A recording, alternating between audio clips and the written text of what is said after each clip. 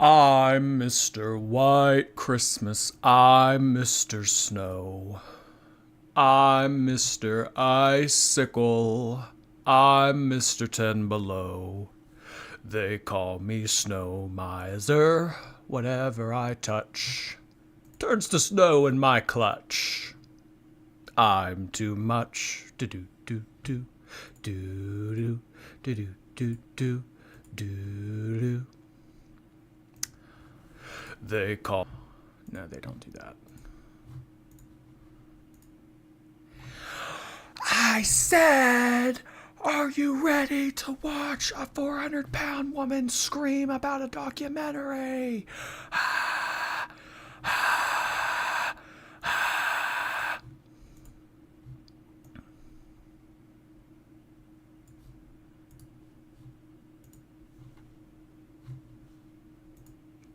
Top chat, meet live chat. Oh, God, I can't stop talking like Alicia Doherty. I can't.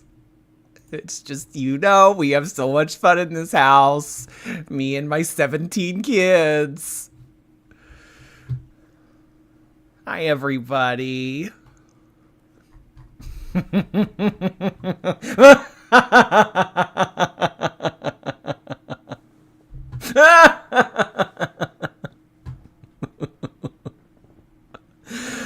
Oh my God. Hello, hello, hello, hello. It's gonna be a fun night, y'all. It's gonna be a fun night. So, if you haven't heard through the grapevine, there is a documentary out about Miss Chantal Sorrell titled The Shattered Reality of Foodie Beauty, episode uno. It's about an hour and 16 minutes long, and it just basically talks about Chantal and, what Chantal has always done in her life, what she likes to do. So we're going to take a look at Chantal's response to said documentary, get her take on it, because, in life, there's always two sides to every story. Okay? Two sides, sometimes three sides. But today, we're going to be taking a look at the second side of the shattered reality of Foodie Beauty. I hope that's okay with you all. Is it by Mr. Snowflake? It is. It is. Hence the Snow Miser song when we first started. That was awfully creative, right? Right? Or at least I thought it was. I don't know. Maybe it isn't. I'm sure she's a happy camper. Why isn't Chantal a happy camper? Chantal Sorrell in general is just a very happy person. Just sometimes you look at people and you just feel a sense of envy come over you. Almost as if I could have a quarter of that person's serotonin in my body, I'd be set. I would be set for life. So,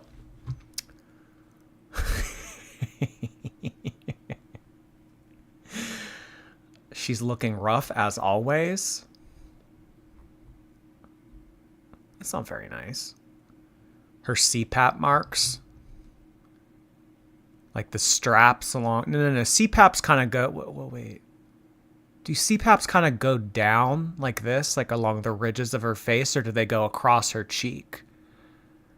But I mean, her cheeks always look a little bit rosy, so I can't tell the difference between just rosy cheek Chantal and fresh off the CPAP Chantal. Why would anyone want to watch a Foodie Beauty documentary anyway? The same reason why you're here right now, Dee, to be entertained, right? don't think about things too hard, because at the end of the day, we are bacteria on a floating rock.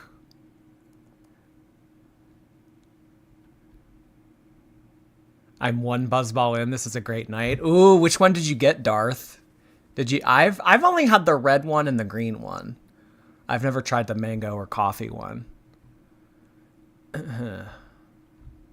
Christina! Hello. Hi, Nikki. Hi, Nick Gross. Really very annoying. Caitlin. Hi, everybody. Hi. Hi, hi, hi. Okay, so we're going to get started. It's rather long.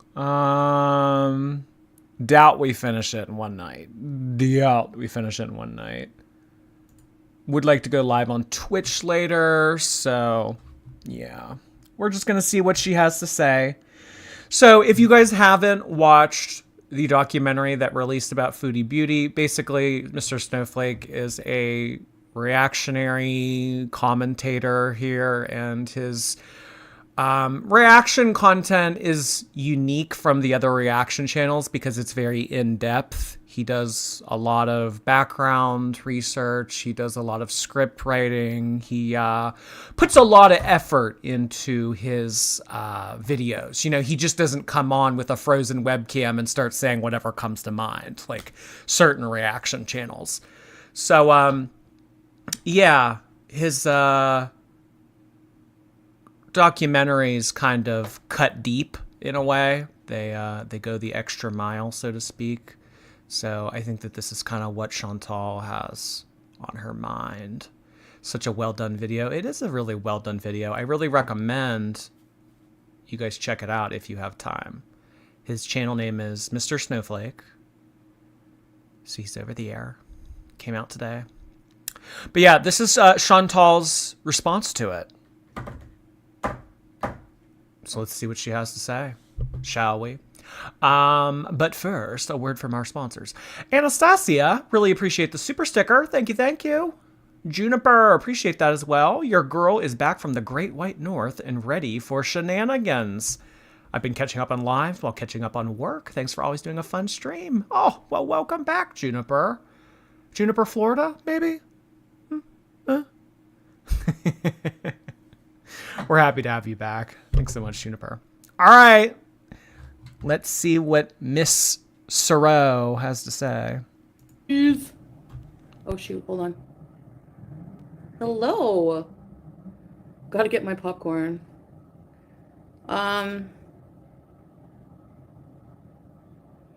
Okay. Yes, all right.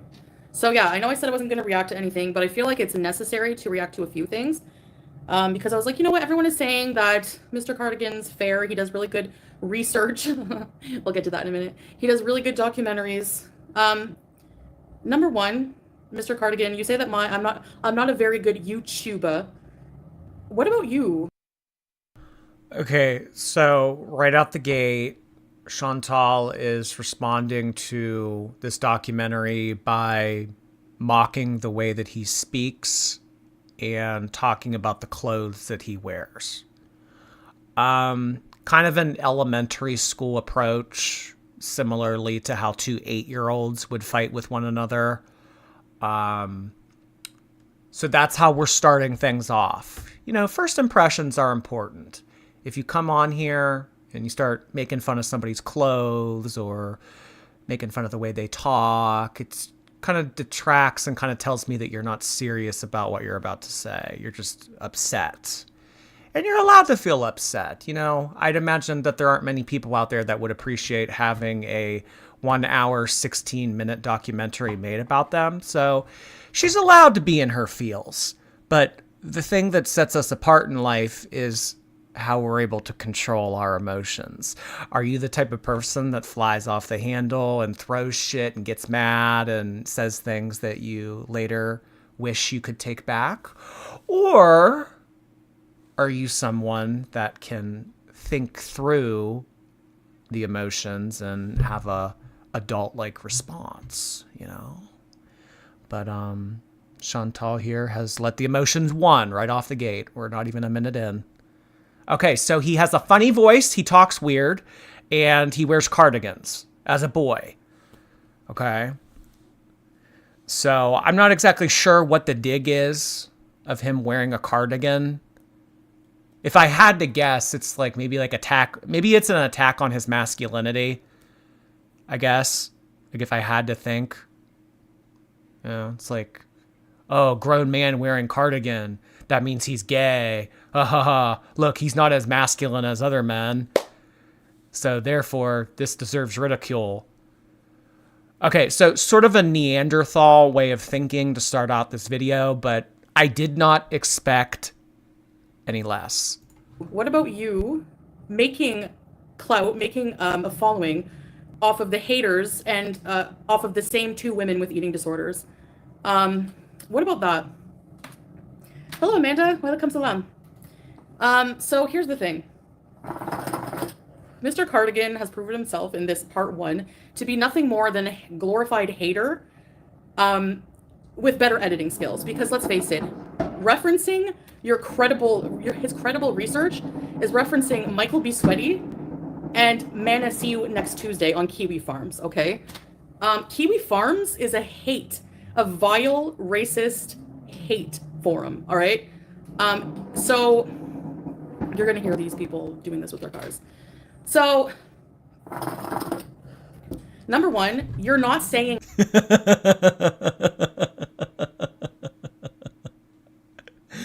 Now, I'm not saying that she's wrong in what she just said, but I would like to point out, we love to point out hypocrisy on here. Oh, I butchered that. Damn it! Hypocrisy, but I was going to say hippo to make it like a weight thing, like to be funny, but it didn't land. It didn't land. It didn't land. No, it did not. In a way, you could call Chantal's channel a hateful, vile, racist forum. She has said many things of the sorts over the years, but maybe we'll get into that in a little bit. Anything that that hundreds of thousands of people have not already seen or said. You're talking about things that happened literally 20 years ago or 6 years ago. Things that I've already addressed. So you're beating the dead horse to the point of it being pulp at this point. All right. So, but I want to go over a few of those things that make me a vile person. Number one thing that gets to me every time is putting my sister in the dryer. Listen, this Kathy friend of mine suddenly turned against me. Okay. And she's psychotic. I could show you emails or messages I've had. Hi, everybody. Messages I've had from this woman. She's harassed other people like this. You didn't do your research well enough. You just take her word for it.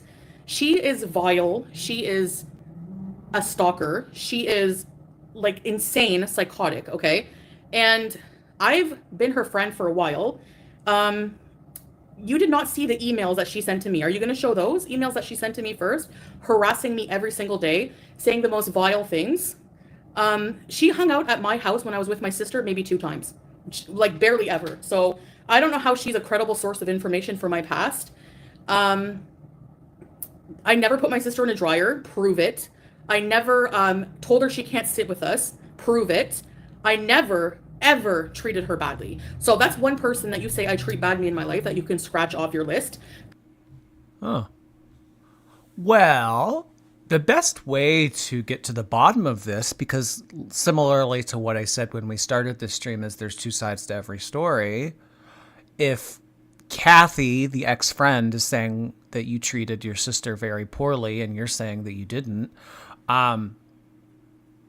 sometimes answers are left up to interpretation in life. However, in this case, why don't we just ask the sister? Sister, were you shoved into a dryer by your older sister? Were you treated poorly? But the thing is, with people who aren't involved in girl world, and when people try to contact them or get their take on everything, it's kind of comes across as a little bit creepy, a little bit invasive, which I understand, because not everyone likes drama. Not everyone is like us. Not everyone is like comes on the internet and likes to spill tea and stuff like that. Some people just like to have a quiet, mundane life. That's an awfully random thing to make up. It is, isn't it? It isn't, isn't it? But I suppose that if Kathy's saying one thing and Chantal's saying the other thing, the only way that we would be able to get the bottom of that is if we could ask the sister. So for me, that's kind of where it ends. She said that. She said the opposite. Okay. I mean, there's not much else to it.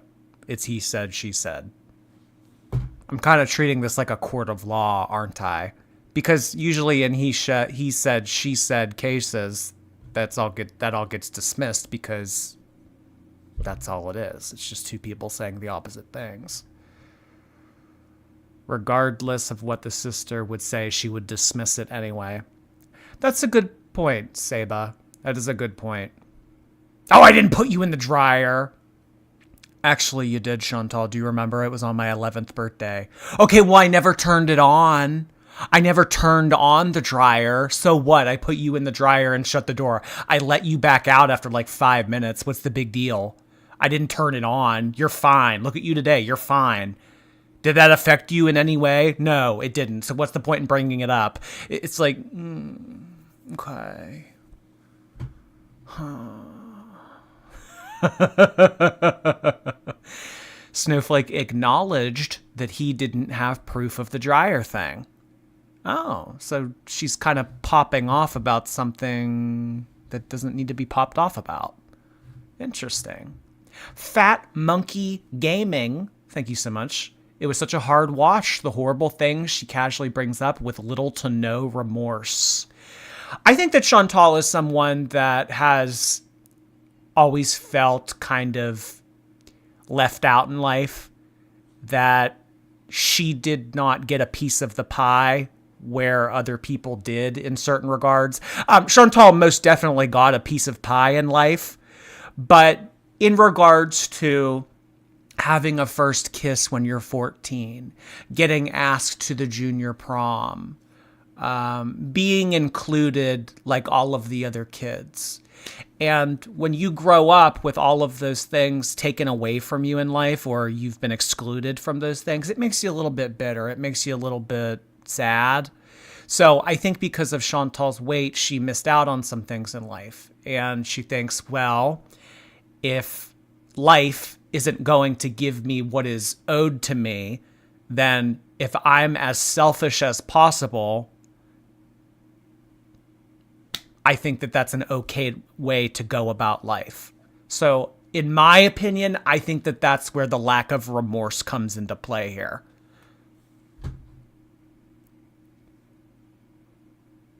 We ran in it like a hamster wheel. I'm the oldest of 3 and I never did that.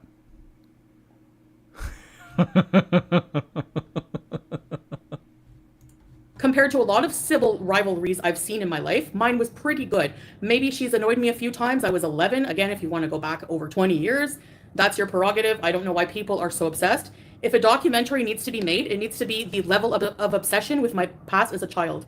You know, I've seen comments, people saying her dad, this Kathy person said my dad ran. Like as if that it's my fault as a 2-year-old that my dad left. Are you serious? Like, please. So I know the tone already for this stupid, idiotic series. Again, I don't live in my past. If you have something relevant to say in the recent year, go for it. I know it's going to be the scandal with Salah. Whatever. We've already worked it out. We have a right to do that. It's our marriage. Hi, Teardrop. It's future. In the beginning of this documentary, he starts it kind of off chronologically. Episode 1, 2016. And that's right around when Chantal began her YouTube career. So why does it have to be within the last year? You've been on the internet like 8 years now. So is it not fair of him to go back to 2016 and talk about things that happened in 2016? I mean, I remember 2016 like it was yesterday. Oh, God, my freshman year of college. Ooh, wow, that feels like yesterday. Why does it have to be within the last year? I think especially as you get older and the years start to go by more quickly, yes, you change, yes, you develop, yes, you learn, but it's a lot more larger of a difference between a 32-year-old doing something and a 40-year-old doing something than it is, say, an 18-year-old doing something that a 26-year-old does. So I think that kind of where we're starting at is fair game, in my opinion. You know, he's talking about BB and things that happened that you put online for the internet to see. That's kind of the way it goes. Once it's on the internet, it's on there forever. She's scared. She's going hardcore on that hookah. Yeah, she has done this in the past. When Chantal gets very upset and very emotional, she'll come on here and rage hit the hookah. She's chugging hookah water. Child defending, but you know what? That person went on Kiwi Farms as a friend, made up insane lies about me, which there's no proof of. She was vile. She used to have a crush on Eric Harris and Dylan Klebold from the Columbine shootings, all right? She used to worship them, okay? So before you use her as your credible source of information to dictate my morality growing up, maybe research her first. Hi, everybody who said hi. All right? Because I can go over the disgusting crap she did. She did some very nasty stuff to her sister. And her sister was a teenager and she was a teenager. So don't even go there, all right? Please. I'm not going to go there because she's whatever. But she's literally insane. Like, she is... She also lied about me sleeping with everyone's boyfriends. No, she did that. She did that. I was seeing somebody, and behind my back, she did something with somebody else. Anyway, I don't want to get into that, but she was the one who was... She's a liar, basically. Not credible source of information. No. Get into it. No. Don't be vague, Eugenia. Don't be vague. Come on, Eugenia. Give us specifics. Get into it. Come on. Tell us why Kathy is trash. Give us a little bit more than she had a crush on the Columbine killers. I would like to hear it. All right. What else? Oh, yeah, the cheese graveyard. Oh, yeah, I'm such a bad person for that because I was talking about a true crime, you know, like Stephanie Sue does in all of her videos, and she has millions of subscribers. I don't know. Like, what? Because I was eating cheese on Halloween, a cheese graveyard, and I wasn't disrespectful. I was talking very calmly. I didn't say, haha, those people are dead. Did I say that? No, I didn't. So how am I being disrespectful? You're listening to a literal hater. Like, it's so stupid. Number two, like, I showed dead bodies on the... They were covered in a sheet. I was showing the Nikes. And I'm sorry, but those people were part of a cult where that was what they wanted to do. So, I mean, something that happened so many years ago. I'm sorry, but I don't think it's too soon to talk about that. Yeah, it was a lot of cheese, but come on. Whatever. Like, again, going over things that were so long ago. Oh, is she talking about Heaven's Gate? Now, I'm not familiar exactly what she's referencing, but we reference Heaven's Gate on here. We like Heaven's Gate, right? I'll be right back. Like, what the heck? People are allowed to change. People are allowed to be different. Saying that I treat everyone in my life poorly? Like who? Pete's? Okay, yes, I did cheat on him. We worked it out. We're still good friends. So if he doesn't have a problem with it anymore, why should, like, random strangers? You don't know the dynamic of our relationship. You don't know the circumstances of everything. Even going far back as saying I threw a chair out of jealousy. Who cares? How does that, like, how did I do anything different than a lot of people? You know? Yeah, I know, but Lolo, I'm just trying to, like, point out where they're liars. They're complete liars. You know, it's like there's 5,000 people, about 5,000 haters. I get it. They're all the same people that have been hating on me forever, you know? People in the chat I see are like, oh, you said some vile things to me in Cuba Rage. Yeah, but what about what you said to me? Like, I always defend myself. I don't just go off on people for no reason. If you've come in here and you've said some really nasty things to me and I've been nasty back, it's not preferable. It's not good. But yeah, I'm human, okay? And I've been pushed to limits sometimes where I've said things I don't really like, you know? They do lie. Saying I saw a lie, and people believe it, and that's why they don't like me, okay? I know me. But like saying, for example, that I abandoned my grandmother when she was dying. I and my mother, I've said this a million times, we were the only ones there out of the entire family holding her hand to her last breath. So how did I abandon her? Never happened. Fake lies. Yeah, I know. Exactly, Strive. They only focus on the reaction to what people say about me. Lindbug, welcome to Very Important Bees. Already sent bees. Thank you, Lindbug. Another thing is that we like to treat our audience like crap for not supporting us when we fail on diets. No, what we don't like is the fact that, there's been a long journey with this where we didn't really recognize all the time that, that we had eating disorders. For a long time, I just thought I was like overeating. I didn't even really understand what I had as an eating disorder at the beginning of my YouTube. And I failed diets a lot, yeah. But what I would be defensive. She's very all over the place. Very all over the place. I mean, I think what'll happen is she's going to get it all out. She's going to go off. She's going to pop off. She's going to say what she needs to say. She's going to be all over the place. And then she's going to lose her momentum. She's going to get a little bit out of breath. She's going to calm down a little bit. And then she will have a more cohesive argument. Or at least I hope. But yeah, this first 10 minutes of her like, Z-snap, Z-snap, Z-snap, blah, blah, blah, blah. This doesn't, okay, all right. Sister in the dryer, yeah, true crime. Okay, keep going. About is people coming in and fat shaming me and putting me down for not doing well on my diet. So that's what I was addressing. I would address the shaming, of people coming in and saying, you're such a failure, we know it. And then you're going to say I'm a bad person for defending myself against that kind of abusive behavior towards myself, of me saying, well, too bad if you don't like it, get out of here. Well, it's true, just because I put it out on the internet doesn't mean I have to accept your abuse towards me over and over again and not ever say anything about it, and it's just so stupid. Like, I don't know. You can be more popular than me. I don't care. The thing that Chantal doesn't get about the internet is that it kind of has like a Wild West concept to it. And there really is no one holding any one person accountable. So when she says, I don't have to take your shit, I don't have to listen to these horrible things that you are saying to me, I'm going to stand up for myself. I have a right to defend myself. That's not you standing up for yourself. That's you feeding into it.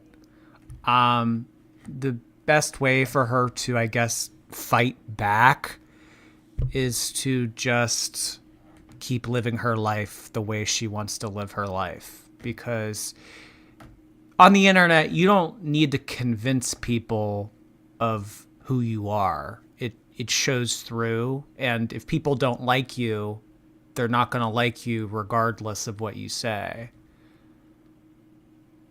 So, I mean, it's sort of like you lose as soon as you engage kind of thing.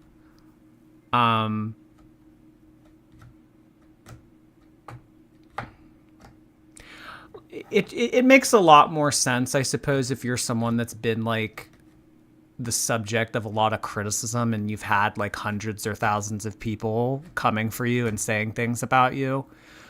But I just don't really understand how 8 years into being a social media figure, Chantal hasn't discovered this reality that coming on here and popping off and screaming and speaking her piece and defending herself, that's not how you fight back. That's not how you stand up for yourself. I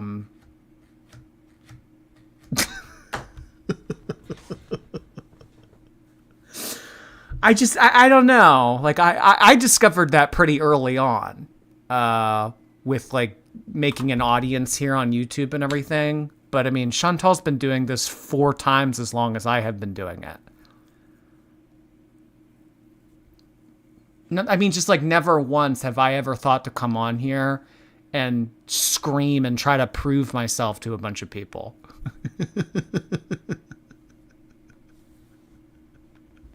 I mean, it's funny to watch, but The thing is, Chantal, when you come on here and you stand up for yourself, I mean, unless it's a good argument or unless you're making a lot of sense, I don't think it's worth it. So then that kind of leads me to the question, is she doing this on purpose? You know, because drama is how Chantal makes her money. So is she doing this so that she can stay relevant? So, see, like, that's where like the double-sided coin is. So like, I don't think that it's fair for me to sit here and call her stupid and say, oh, well, girl, obviously this isn't how you go about the conflict, because she benefits from the conflict.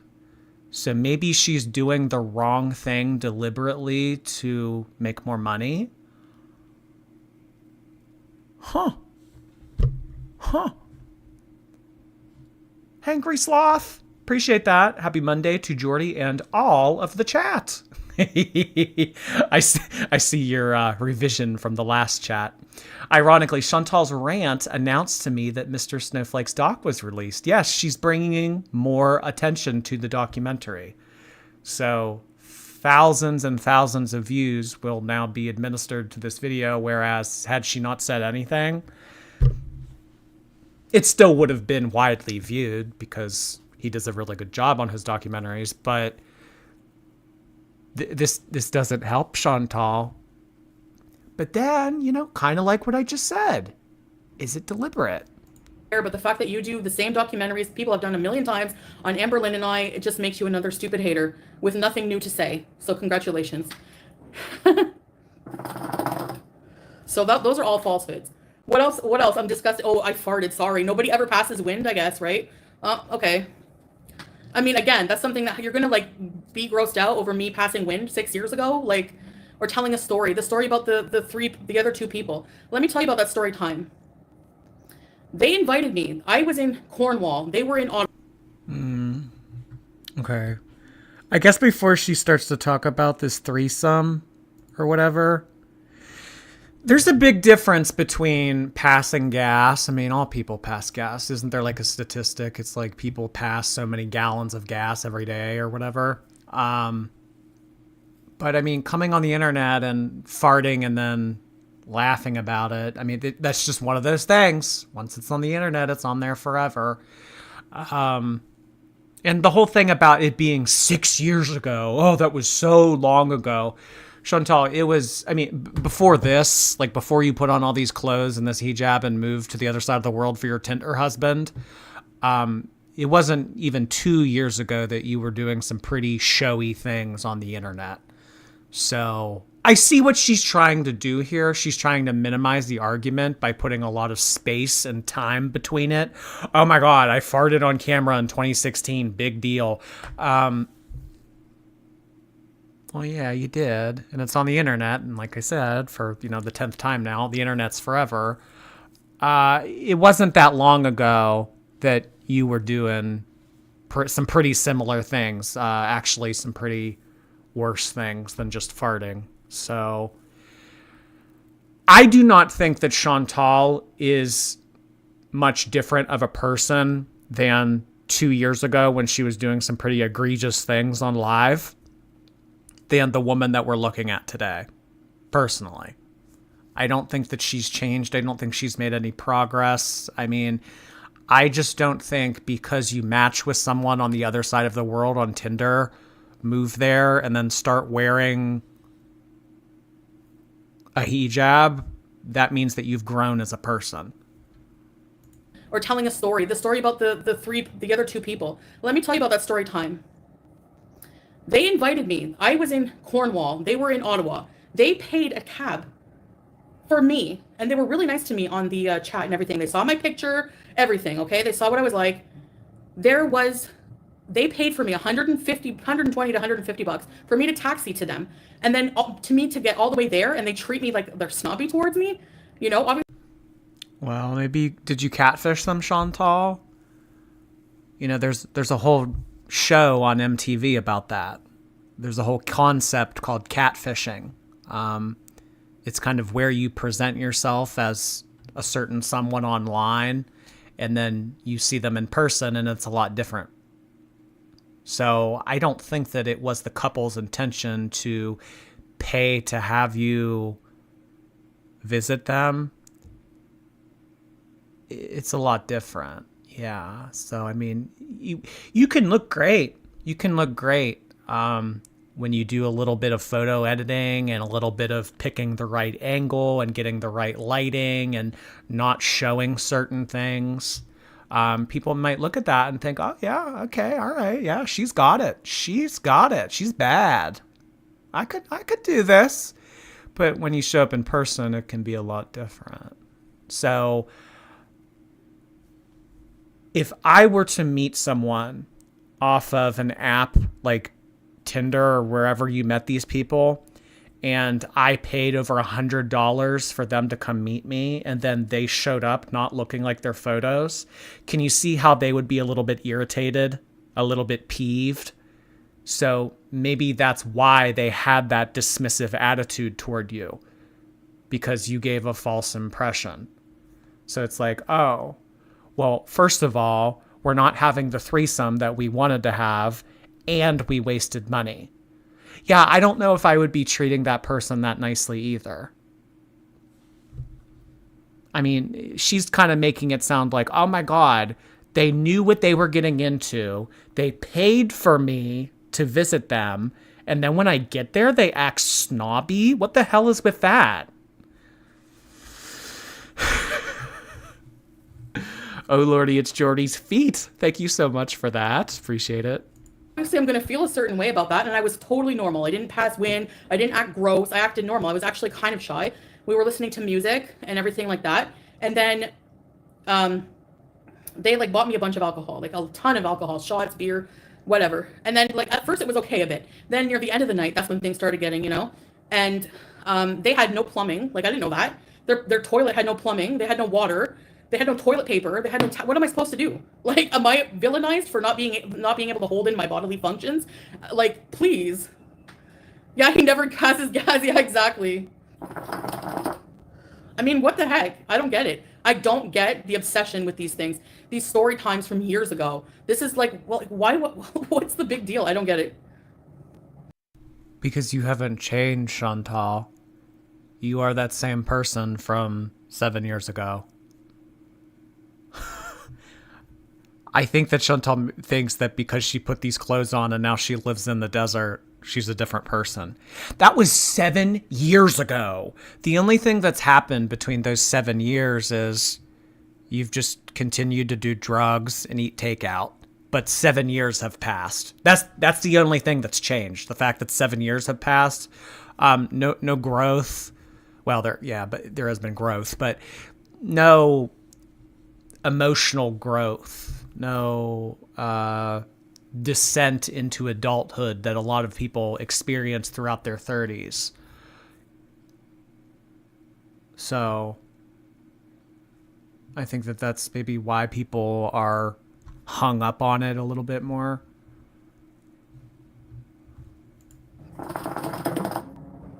Pass wind, cut the cheese. Seriously. Oh my gosh. And yeah, an article was done about the cheese graveyard, but they didn't take a stance on it. They wanted my opinion. I think you should have sniped this premiere and plan to. Yeah, I think I will. Because you know what? I bet part 2 is going to be victim shaming, because I can tell the tone. He's just listening to haters as his like credible sources of information. Please, it's all crap. Of course, people love drama. She can't change and won't. And like, do you think you're a good person by coming in and telling somebody that they can't change? I've made a lot of changes, and you're not the dictator of morality in my life. I'm sorry to tell you. It's...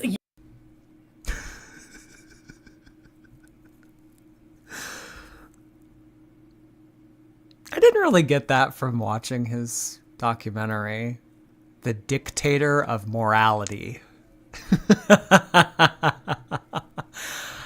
I think that on the Foodie Beauty program, we stray very far away from morality. So maybe kind of throwing you a lifeline in that regard, because I don't think that we're anywhere close to morality.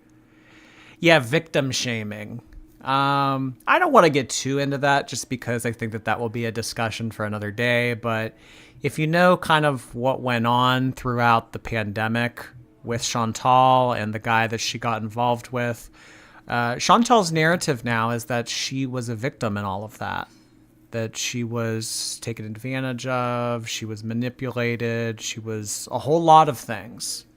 Years ago, literally, and like, oh my gosh, like the thing with Pete's, like maybe 17 years ago that happened. So I'm not allowed to change and be a better person and make mistakes. Please, like, get a life.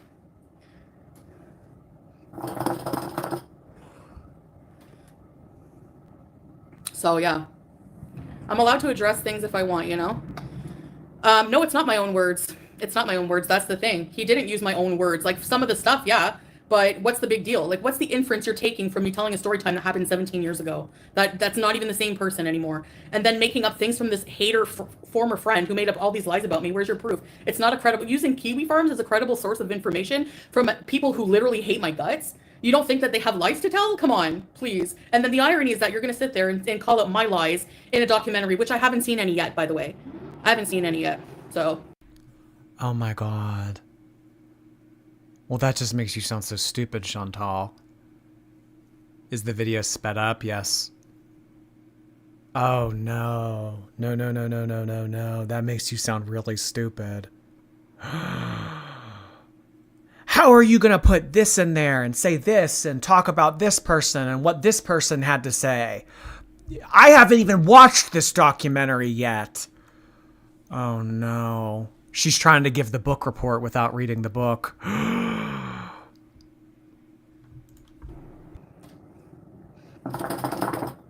I don't hate on Kiwi Farms because of the women in the beauty parlor.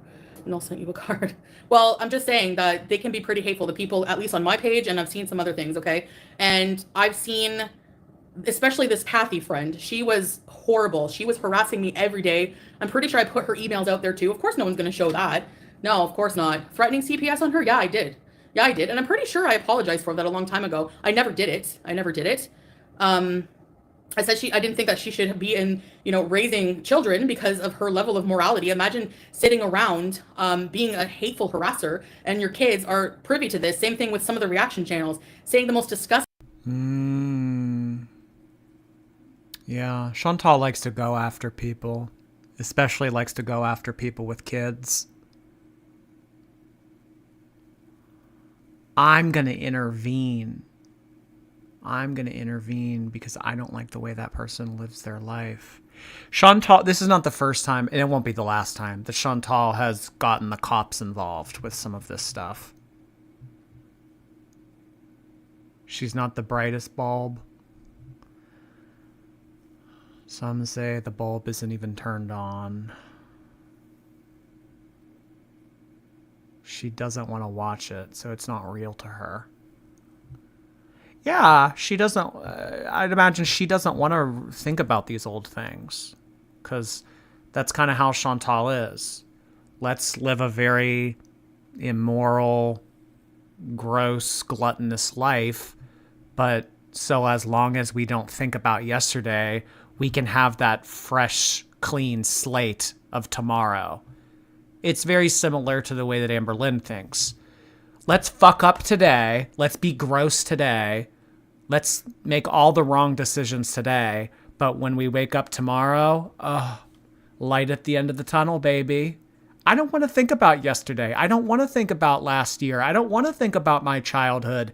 But while you shouldn't live in the past, it's important to learn from it. And if you never learn from your mistakes or your patterns of behavior, the way that you are as a person, how do you expect to grow? I don't think that she understands herself very well. What do I think of the hookah? Isn't it weird that she's doing that in front of us? Her hookah habit used to be a lot worse. And whenever Chantal would come, this was maybe like a year ago, she would come on here with this hookah and constantly just blow on that thing. It was so annoying. Sometimes when she and the husband would get on here at the same time, they would be like doing it simultaneously, so the noise was always occurring. If she wasn't hitting the hookah, he was hitting it. If he wasn't hitting it, she was hitting it. I mean, there really was no even discussion on the live stream at that point. It was just listening to fart noises from this hookah. I think she's very stressed out right now, and I think that this is a way for her to blow off steam that isn't eating. So if she has to give this 2-hour rant, and it would look silly of her to be eating while ranting, because that's a way that Chantal copes with stress, this is the next best thing. Nick Gross, thank you so much for the super chat. Hey, Jordy and Shorties. All in the chat are Shorties, not just members. I was half expecting you to grace the screen when Snowflake was talking about her and reaction channels. Who knows? Maybe I'll pop up in the future. Thank you so much for that, Nick. Why did she shave her head? I read somewhere it was forbidden in her religion. To my knowledge, Chantal was losing hair from a condition that she has, and she just shaved it because she was losing it anyway. Things, fat shaming the same fat women online, and raising children. What kind of children are you going to raise? Bullies. Hello. You know? So she just was like so horrible to me, and I was just like pushed to a point where I'm like, you know, and I never called anything. I never called them on her. I never did that. So, hi, Vamtiva. Pam. Where's my words, Tiny Puff, that I wasn't there for my grandmother? Where's my words that I put my sister in the dryer and treated her horribly? Where's my words on that? Can you tell me? No, you can't. No, they're not from my mouth. My story times? Yeah, sure. But so what? How does my story times make me a bad person? That I had to use the washroom and there was nothing to clean up with. The things that he's saying make me a horrible person are things that haters went over a million times that are not like the cheese graveyard. That was so long ago. And no, I'm sorry. I don't regret that. I don't regret that at all, because I wasn't trying to be disrespectful. I'm telling a story about a dumb cult who did some really dumb things. And to me, I thought it was ridiculous. Like, you know, and I was just pointing out the story. I wasn't saying, oh my gosh, it's so funny they're dead, you know. People do true crime and mukbangs all the time. Like, but because it's me, I get singled out. Don't even deny it. I enjoyed all, exactly. So many people love my story times. It's what made me who I was then on my channel, you know? So how are you going to sit there and now hate on it when you guys all love the entertainment from it? You know what I mean? Yeah, Lady Ravenhill, exactly. Yeah, they said. Who is she raging at, Mr. Snowflake? She's raging at Mr. Snowflake. She's raging at the community. She's raging at FFG. Yeah. But the most important person she's raging at in this video is herself. She's talking in circles. I think that she's going to lose momentum here. I think that she's going to pop off. She's going to say what she needs to say. And then she's going to start to lose the high, and she's going to lose the energy. And then she's going to come back down to earth and, you know, actually start to say things that may make a little bit of sense. I saw genetically modified pantyhose in Chantal's chat today and was laughing.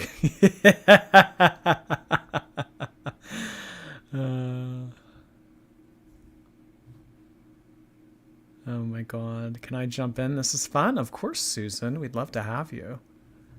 Cheese graveyard. I'm going to put my sister in the dryer. Yeah, he spent a few minutes talking about that with no proof at all. I apparently, you know, treated the cult was manipulative. Yeah, well, so, like, I'm still allowed to talk about it. Doesn't mean, like, I'm being disrespectful by talking about something that happened so many years ago. And, like, I don't know. It's so weird that people were so offended by that. Like, people are so offended by anything I talk. Oh my god, everything that she has to say. And that was forever ago. Good God, you guys. That was 4 months ago.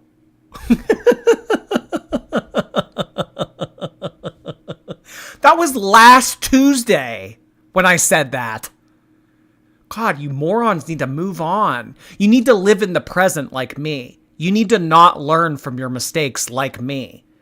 God, you're all hung up.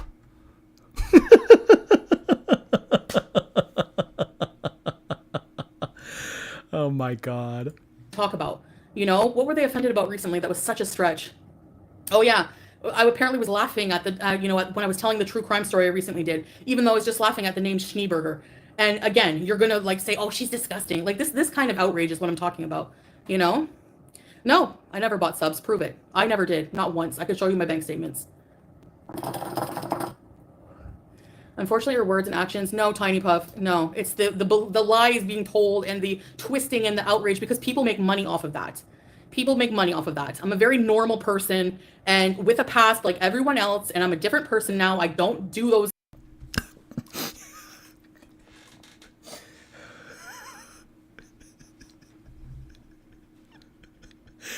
I'm a very normal person.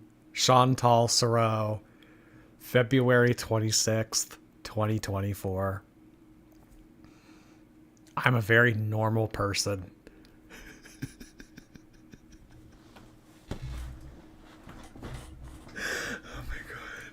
Outrageous things that I've done. Everyone's done outrageous things in their past, maybe even worse than some of the story times I've told. And if I was so ashamed of the things I did in my past, I acknowledge them. I own them. You know, I don't hide from them. I've shared them with everybody. You know?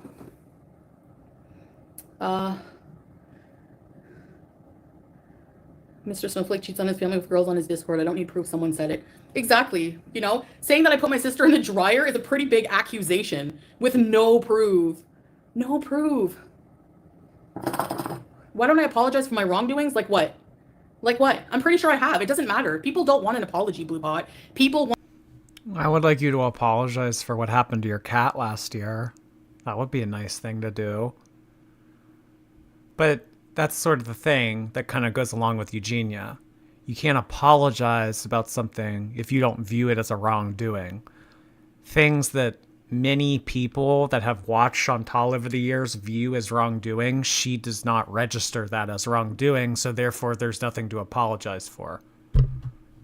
Want to keep villainizing me. It's lucrative for them. That's what they want to do. So I'm just going to live my life, whatever, keep beating the dead horse with my past. 17, 20, 17, 6 years ago, it doesn't matter. Literally, I've grown. I'm not that person. Yes, I'm still fat and I have problems with food. That doesn't make you a bad person. All right? Like, it doesn't. Being defensive when people come at you doesn't make you a bad person. How is my past vile, Susan? Like what? And yes, a lot of people do have a worse vile past, including people who react to me. What do you mean my past is bad? What do you mean I have a vile past? All right, well, I'm not going to talk about you just saying my past is vile, but what I am going to bring up, reaction channels, they have vile pasts as well. So how are you going to point the finger at me when there are people out there on YouTube making videos about me that have bad pasts? Huh? Oh. Come on. How many times is she going to talk about the dryer? Snowflake said that he had no proof, so who is beating a dead horse? That's a great point. That's a great point. But Chantal is trying to give us the book report without reading the book. I didn't even watch the documentary. It's called Deflection. Yes, yes, yes. Lost Girl. Thank you so much. If Chantal had any type of admirable quality, she would not be on here raging and trying to defend herself. I see some guilt here. That's a great point, Lost Girl. People that are content and satisfied with the decisions that they're making in life don't feel the need to express their emotions in this sort of manner to a bunch of people that she claims to not care about what their opinion is of her anyway. Jordy, you gotta do her go buy a hookah thing. I would love to do a Chantal parody. I just think that the problem with doing a Chantal parody is that if I were to do some sort of cosplay look for her, it would come across as insensitive or Islamophobic or, you know, fill in the blanks. So maybe a Chantal parody is more trouble than it would be for a comedic value. How long till she has to come back? She has to leave Kuwait to renew her visa in about 6 weeks. So, exactly. Even if I did, I'm not going to apologize for what? For farting on camera? Like, what the heck? For telling a story that was so long ago? Like, I don't get it. I was just a kid. Oh, yeah. No, I know Willow Creek. I'm just bringing it up. Like, that's just so stupid. I find it just so dumb. Anyway. No, Ren, I'm pissed because it's not true. Get it right. Thanks, Pamela. Yeah.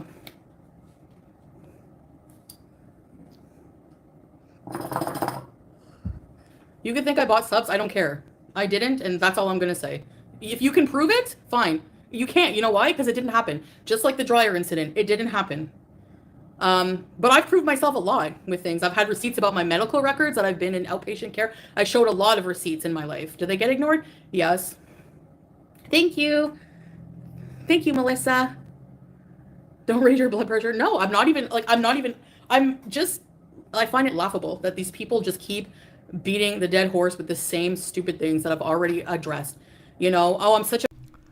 You guys, I've come on here in the past 20 minutes and told you on 15 separate occasions that the dryer story never happened. I've addressed it. So stop beating a dead horse. You telling us over and over again that the dryer thing didn't happen does not speak to all of the questions that have been proposed on the many years you've been doing this, Chantal. Jordy's bald arc, I'm here for it.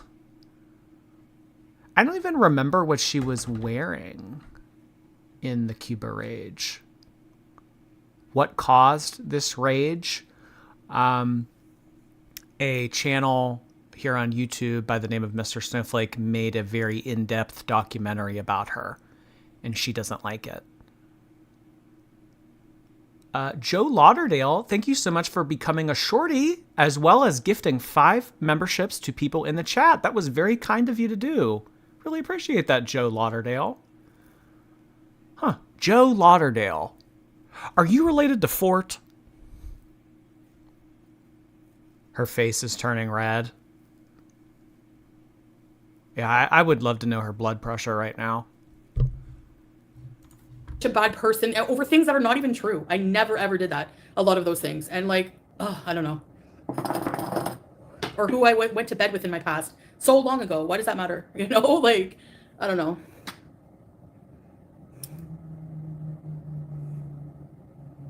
So yeah.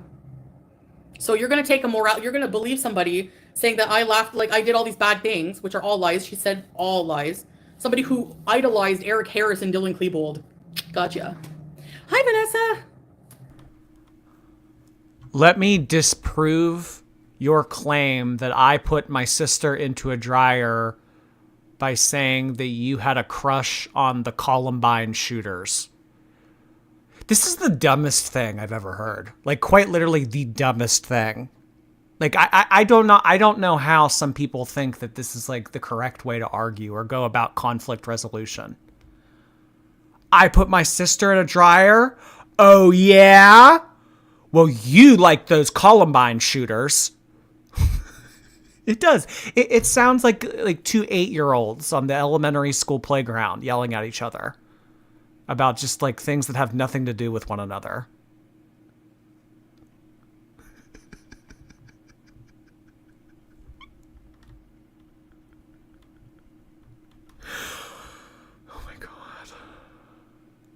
V, thank you so much for being here. Just got here. What did I miss? Oh. Chantal's all flustered and bothered. That's pretty much it.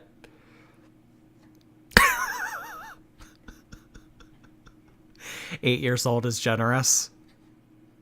Thank you, DJ LOL. Yeah.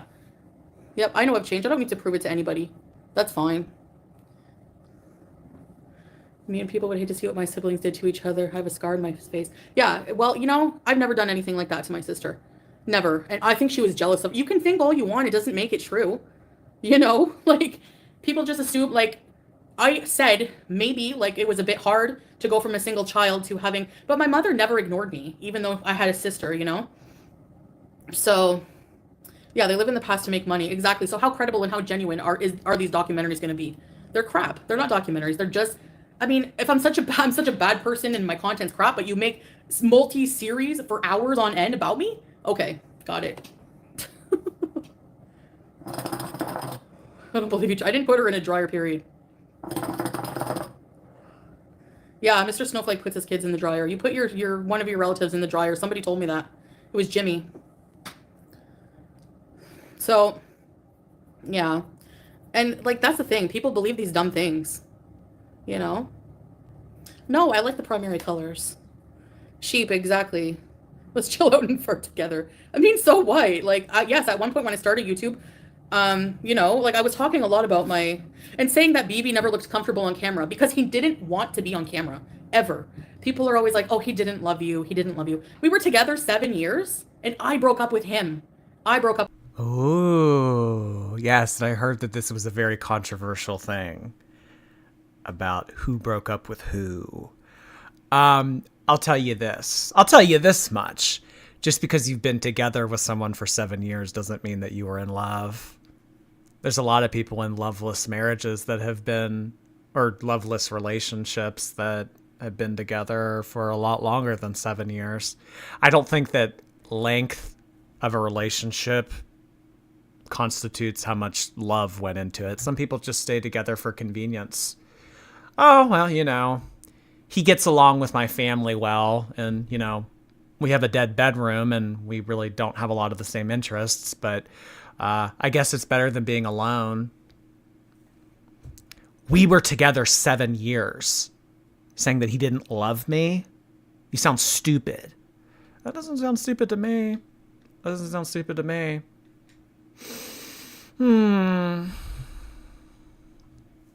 Up with him. So how did he escape? He would have never left, never. But we grew apart. There was no like, I fell out of love. That's plain and simple how it was. And like, do I regret cheating? Yeah. And I've said that a million times. I live with guilt from that all the time, you know? No, I'm not raging, but thanks for the $5. So, yeah. Throughout all of this, she was acknowledging the super chats that would pop up. They would be taken down almost immediately. Unless it was kissing Chantal's ass in her chat, everything was getting deleted. If you were in there and you said anything, you know, remotely critical of her or what she's saying right now, it would get deleted like that. So people would send super chats in and they would pop up. And, you know, with super chats, they're more like apparent than just someone in the chat typing in a message. You know, they come up as like a color and everything. And she would read it and then they would delete it. So, yeah. Hey, at least she made like $30. Justin, hey, how are you? All her new subscribers tuning in for mild-mannered Miriam, the housewife, and they are getting this. Yeah, everyday Miriam, everybody. The pious Muslim, the very lovable Miriam. Oh my, I'm seeing a side of her that I'd never seen before. I know. All the people that came to Chantal for this whimsical, nice entertainment, they're seeing a different side. Hope you're doing well, Justin. Hope you're still making all that jewelry. Go make a rage response video, Foodie. And she immediately complied. he didn't like to be on camera, but I would just like, you know, he would say, okay, like, you know, he would do it for me, but he didn't really like it. He was not comfortable. He didn't like it. Like he only mostly showed the back of his head, you know? And, yeah, like, I don't know, showing a clip of me saying like his TV is too loud. Yeah, it was. I'm trying to work and earn money for us. And he doesn't even have the decency to turn the volume down on his game or his video he's been watching for hours. So I have a right to be annoyed. Like I'm trying to earn money on my video. Like that would be like me going to his workplace and blaring TV so he can't concentrate. You know, like so stupid. Yeah, I have the right to defend myself. Exactly. Well, did you ask him to turn it down? Or did you just sit there and silently mope? Hi, Michelle F. That would be like me going to his place at work and blaring TV. I don't know, maybe don't work in the living room. I know it's not worth it, but um, yeah. So um, yeah, I know. Please stand by. I was just very open, like very, very open about everything, you know? Imagine the time and effort Mr. Snowflake spent on his bullying and applied it to someone more productive. Like, seriously. He's like, oh, he's trying to be fair. He's sitting in a gray background trying to be soft white underbelly. Like, get a life. You're listening to haters as your source of information. Please. And you got a lot wrong, by the way. Hi, Fiona. Oh, another contradiction. I didn't even watch the documentary. 5 minutes later. You got a lot wrong, by the way.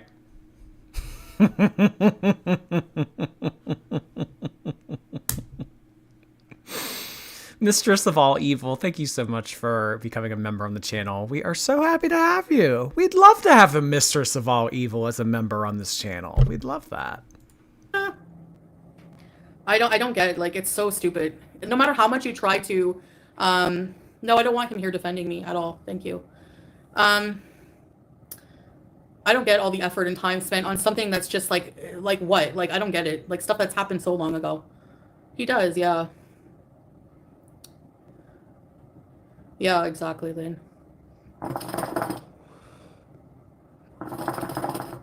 Mr. Cardigan was so serious yet. Where is Kai's documentary about her as a child trafficker enabler? She has no personality, so no one's going to bother doing a documentary on her.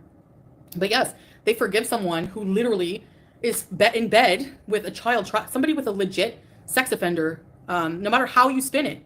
You know, that's the past. Yeah, but you're still with this person. If some things are unforgivable, like with her own words, and people always say, Karate Joe, you supported Karate Joe, until I found out what he was like, and then he did not make another appearance in my chat. Prove it. Never, not once. He was blocked that day. So no, I don't. The difference is this person is still in bed with this person. That's the difference. I don't believe that I was around when all of that Karate Joe stuff happened, but basically Karate Joe was a moderator in Chantal's chat, and he was discovered to be a sex offender, or like a PDF file, something like that. I've always heard that Chantal stuck up for him, though.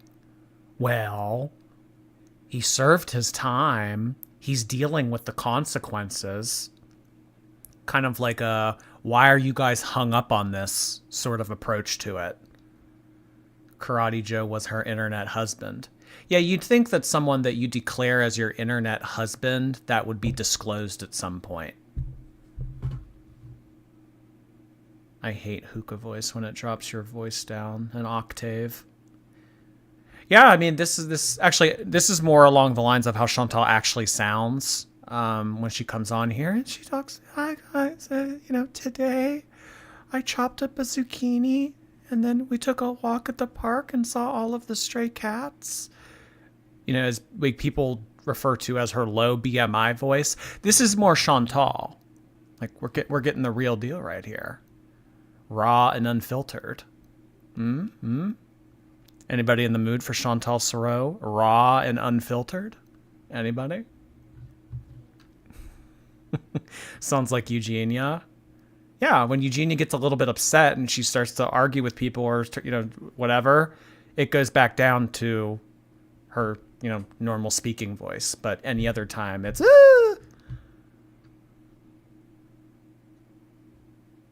My husband is a big fan of PDF file and is PDF file. Well, here on YouTube, we're not allowed to say, well, not that we're not allowed to say, we're not supposed to say certain things. So we have little code words. I think that PDF file is a lot more funny than than the actual word. Like if I was using that word in everyday conversation, I would probably opt to say PDF file just because it's more fun. Yeah. Anyway, so much hypocrisy, so many lies. It's all BS. You can enjoy whatever you want. You guys can still try to beat up on somebody who doesn't even exist anymore if that's what you want to do with your entertainment. Salivating over... Imagine your only goal in life right now. That person doesn't exist anymore. I matched with somebody on Tinder, moved to the Middle East, and put on a hijab. That old woman that you guys are dogging on that used to fart and be toxic, she doesn't exist anymore, baby. Oh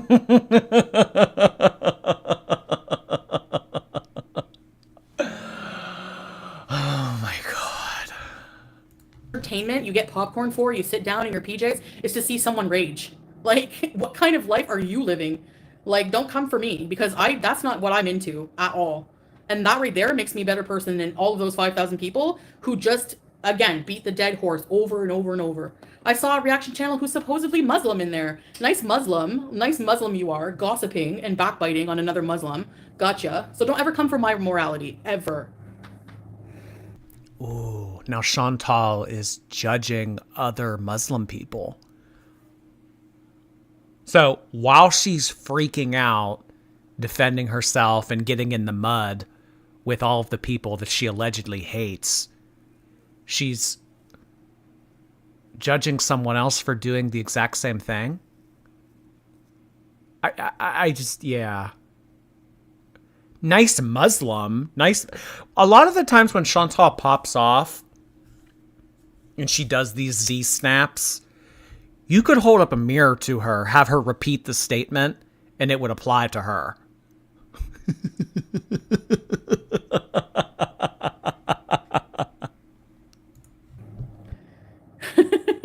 I rejected free cheese, yeah.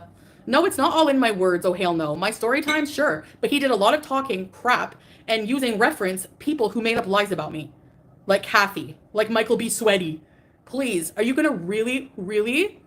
Oh yeah, and boozing, blackfacing. That's okay though, that was swept right under the rug. Shannon, modded once again by FFG, swept right under the rug. Everything is swept under the rug unless it's me. And a lot of Islamophobic people in your chat. I'm so jealous of your chat, Mr. Cardigan. Mary Ham, Islamophobic people, disgusting people in there. No thanks. You can stay over there. I would not trade my audience, 500 people. Okay, so apparently Mr. Snowflake's fans are Islamophobic. No, that's quite the claim to make, Chantal. Care to give any details? Or is it just the fact that someone called you Mary Ham? I don't see how Mary Ham is Islamophobic. Like, if I'm thinking producing some type of ridicule for Islam, I don't see how calling someone ham is an attack on a faith.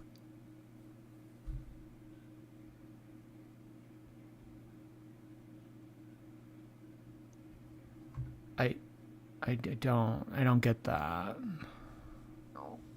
If I'm not on camera, sometimes less. I wouldn't trade. I would rather have 50 than 5,000 disgusting people. So yeah, that's not my words at all. Michael B. Sweaty, you're going to take the moral high ground. When you were a hate channel. You were a proud hater. You've made fat-shamed Amber Lynn for years, saying her hands are disgusting and bloated. You said some vile things about her. What did she do to you? Fail on her diet? Get a life. No one's going to take moral lessons from you. So...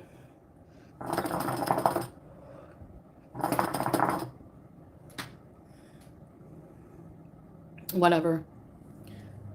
Thanks for the super chat. We were supporting each other, so whatever.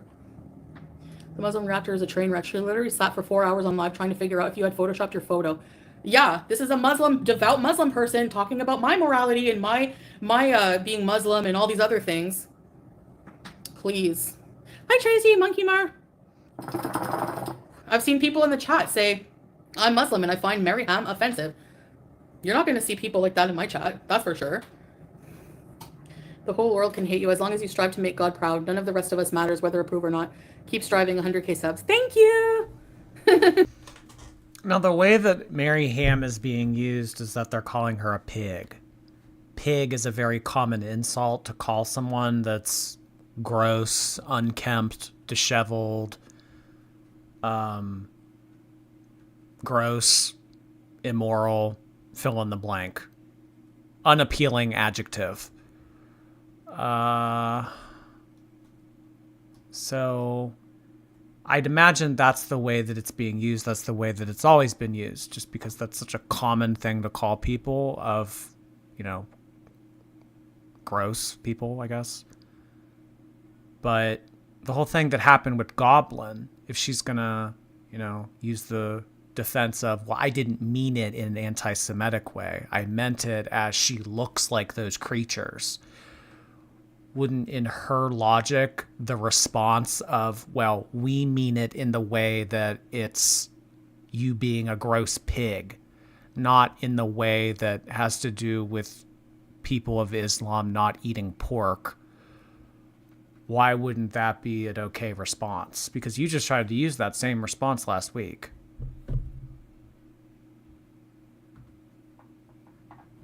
She's been called a pig for years. Yeah, people have been calling Chantal a pig her entire life. So, I mean, I don't know.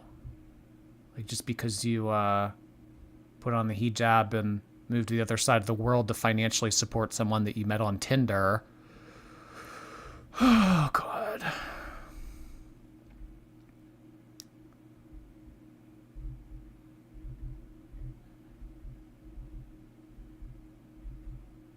Yeah, I don't think it has anything to do with her being Muslim, but she'll go with anything to make herself a victim. Yeah, painting yourself in the corner as a victim when you are oftentimes the assailant isn't that great of a thing to do, in my opinion.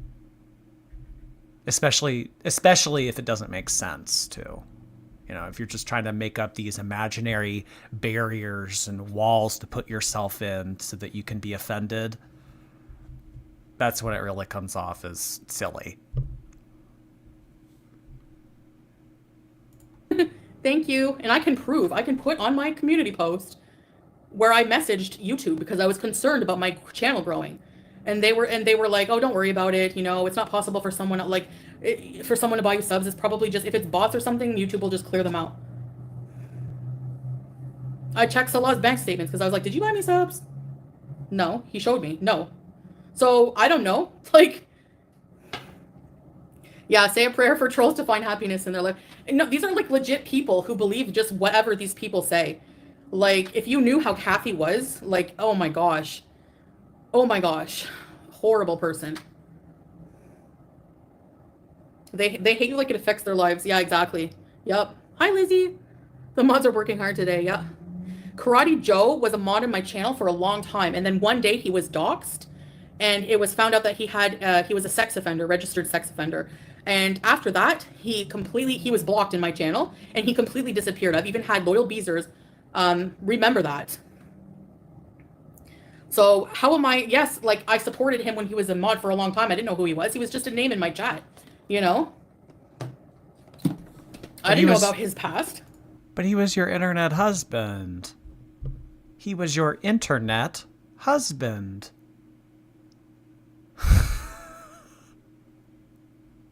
Is that something that may have come up in conversation at one point? Oh, internet wife. Oh, internet husband. We love each other so much. We care for one another. I'm going to give you moderator of my channel, my internet husband.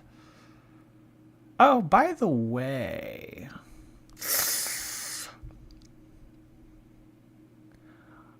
you guys absolutely kill me with some of your usernames. I don't know what happens when you go into a black hole, but if it ports you out into another dimension, like some people have made theories about, that's sometimes what happens to my mind when I read some usernames in here. Only escalator in Wyoming.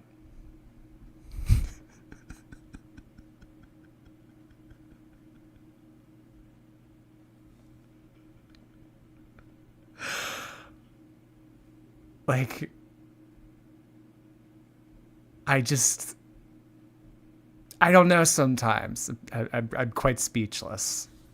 Thank you so much, Only Escalator in Wyoming. So you can't put that on me. That's not my fault. You know? Yeah, Katie. And he passed away too since that. Thanks, Lynn. I'm glad to hear that. I wanted to try Wisconsin. All I knew he was he was really loyal. He was obsessed with Oreos and Big Mac sauce. So I don't know what else. You know? Laura. People only have these standards. I know, strive for change, and they're only revealing themselves to be just more disgusting because the things that they condone, racism, Islamophobia, so much is just disgusting. Like, just because they have mutual hate for me, you know? My film director cousin said Snowflake's video was really bad quality. No, it's like he's trying to be like soft white underbelly or something with his stupid cardigan sweater. Why does she keep saying that? Why does she keep saying that over and over again? Soft white underbelly? Is that a reference I don't understand? Soft white underbelly. Oh, it's a YouTuber? It's an American YouTube channel by Mark Laisha. Oh, okay. I don't know. Apparently, this is who Mr. Snowflake is trying to be, according to Chantal. This person right here. Oh, you know what? I recognize this. These are the people that were like the incest family. So, okay, so he must make documentaries about people. Okay. I don't know. For me, that was an obscure reference. But as far as the cardigan thing goes, what's wrong with the cardigan, Chantal? Come on. What's wrong with the cardigan?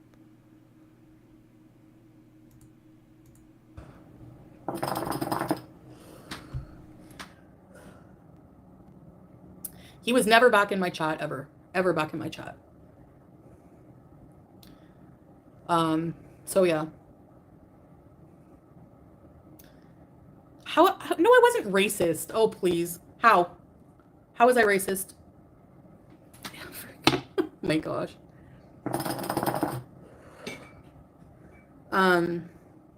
Vanessa. Friggin' people. So that's it. That's all I wanted to say, I guess. I just so many stupid, I don't care if no one believes, who, the 5,000 haters that hate no matter what I do, don't believe I'm Muslim? I don't care what grounds you have to say I'm not Muslim. Who in the right mind has the right to say that somebody doesn't believe in something? That's ridiculous. You're a lost cause. I don't even have words for you. Seriously. What did I stumble into? Hi, Black's Kid. Well, the biggest drawback for me when she says things like that is there's video evidence of her saying the reason why she became a Muslim is so that she could marry her husband. Had Chantal not met this person on Tinder or been extended an invitation to join his hand in marriage, I do not think that she would have sought out the Muslim faith on her own. So in terms of people saying that you're not a real Muslim and say things like that, I don't think that it should have to take you being married to someone else for you as a person to find your own faith. So that's kind of where the critique comes into play here, Chantal. If it weren't for him, it would not exist. So because there's a variable standing in the way and it's the reason why you're doing what you're doing, that's why it comes across as disingenuous. Or why people may be skeptical that you claim to have certain beliefs when you've said so yourself. I'm only doing this because you have to be Muslim to marry him.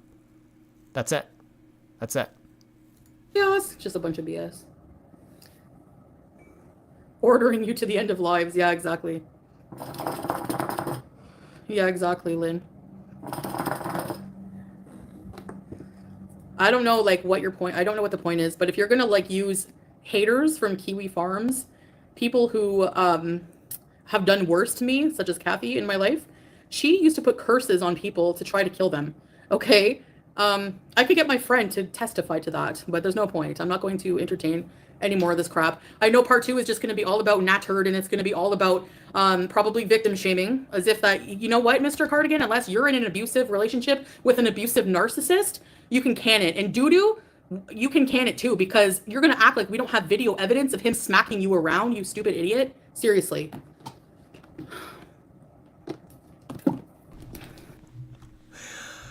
Yeah, that's a great thing to say about someone that is allegedly another victim of DV. Call them Doodoo instead of their real name and call them a stupid idiot. Oh my.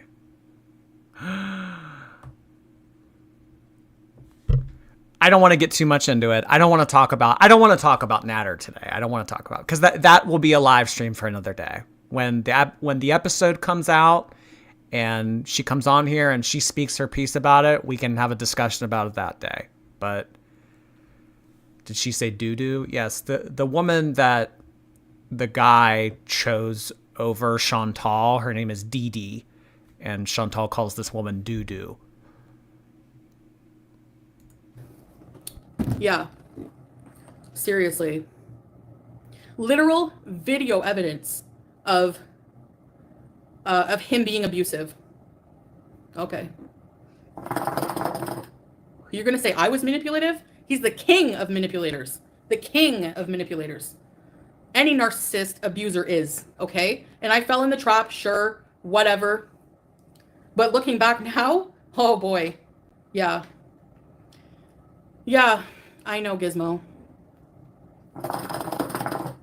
Applebee's. Yeah, I'm in Kuwait. Only God is the ultimate judge. Exactly.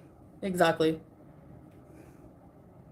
So, that, I would say, is BS 100%. Blacks, I have no idea.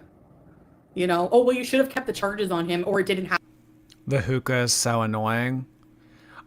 Izzy, if you watched her live streams from about a year ago, the usage on the hookah, this is pretty tame. There are other I've gotten to a point where I've been able to just filter it out. You know, you start to get numb to it, desensitized to it. But when she would do live streams and it would be both of them using their own hookahs at the same time, I mean, it was just chaos. Jordy's Endless Slushy, thank you so much for the super chat. Permission to be your internet wife and let me ride it? I don't know. Jordy's Endless Slushy, if you get doxxed and come up as a sex offender, I'm not going to be happy that I made the decision to give you the title of my internet wife.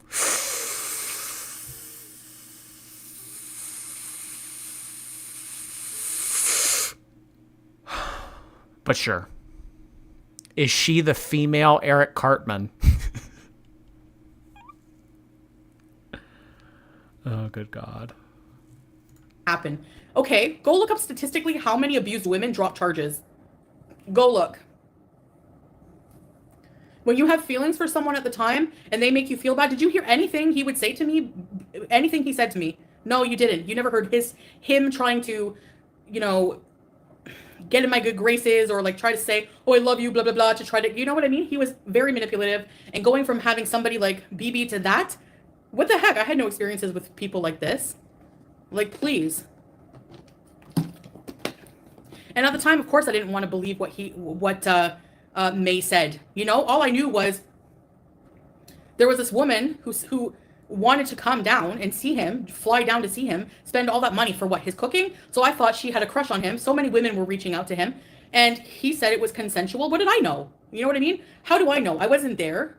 Like, I went home. I don't even remember everything. Like, it's so dumb to try to blame me saying, oh, and people are saying that I brought him women. Who? Who did I bring? Who did I I didn't even know he had all these women. I didn't even know he was cheating on me. I was in denial for so long. He lied to me about even being with Dee Dee the whole time. And then when I heard the Sam's Bar Lounge videos, I was like, okay, it's confirmed. I'm going to bat for you. I went to hell for this guy, and he was lying to me the whole time. And I was putting up with his abuse and everything. Goodbye. I'm whatever. Never. Slim, that's the dumbest question ever. people thinking I miss that loser. I'm like, do I ever talk about him? Do I ever, never. I never even think about him, ever, unless it's brought up by people like reaction channels who want to bring up that traumatic part of my life. Um, I felt bad for Dee Dee, and a part of me does, honestly, because I know what he's like. But at this point, she doesn't even feel bad for herself. Like she's just. I felt bad for Dee Dee. I think that she's being genuine right here when she says that. I think that Chantal has a very soft spot for Dee Dee. When she comes on here and calls her Doodoo and constantly brings up the fact that there are videos of her being hit on camera, I think that that's evidence that Chantal has a soft spot for Dee Dee. I think that she cares. Don't you guys? No one is making her react to reactors. She's standing up for herself, Charles Reed. She has a right to defend herself every once in a while.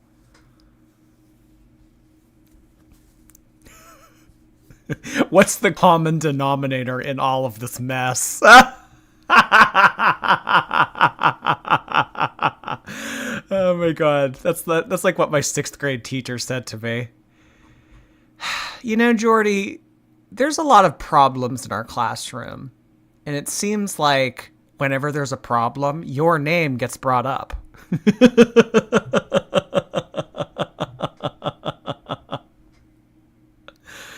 Where's Salah? I don't think he lives there. I think that Chantal at this point is still seeing him here and there, but I think that he lives elsewhere, and I think that she is just keeping this apartment for herself so that she can prove to the internet that she is still making it work. V, thank you so much. Compulsive liars truly believe what they're saying in the moment. They will rewire their brains to believe it. That helped me make more sense of Foodie Beauty. Yeah. It's like, if I speak it into existence, it's real. Oh, that's a spooky way of thinking. The delusion. The delusion. Appreciate that, V.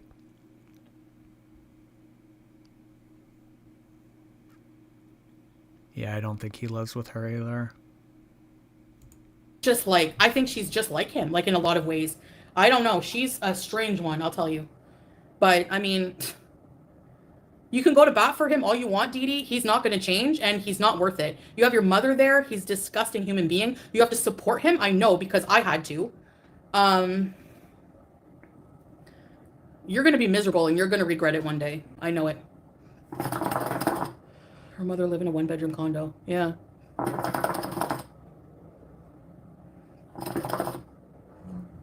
Now, in retrospect, yeah, I don't know. I wasn't there, but the story is a lot more plausible about May, because when I reread over and over those messages, I was like, wait, and then just the way he would lie about, like, how he just told so many lies. And my mistake was believing him. Yep. Hi, Allison.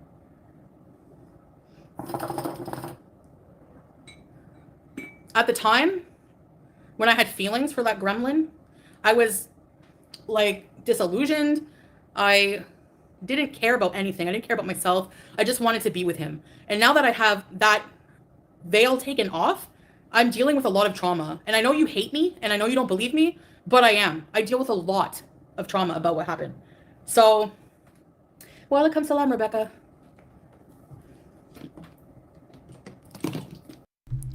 Well, Chantal, let me let you in on a little secret. You don't deal with trauma by getting on Tinder, marrying the first person that swipes right on you and offers you their hand in marriage on the other side of the world. You don't deal with trauma by eating and filming yourself gorge on takeout every day of the week. There's a lot better ways to deal with trauma. You just don't want to go about it that way because it's difficult and it makes you look inward. And she does not want to reflect on herself because she doesn't like what she sees. Juxtaposse, thank you so much for renewing your membership on the channel. We are so happy to have you back for a second month. Hello, hello. Everyone has bones and we all fart. That's true. Very true. 2 facts were uttered in that message. You don't deal with trauma by traumatizing others. Jordy, were you a little menace? No. I like to have fun. I think that, especially when I was younger, I think that my sense of humor and things that I viewed as lighthearted, there were some other kids that were a little bit sensitive and didn't view it the same way I did. So if I said something to someone and I just genuinely meant that to be carefree and fun and, you know, like laughing with you, not laughing at you, some kids took it the wrong way. So I've always had difficulty connecting with people who are very sensitive because I'm a very non-serious person at times. So I don't think that registered well with kids.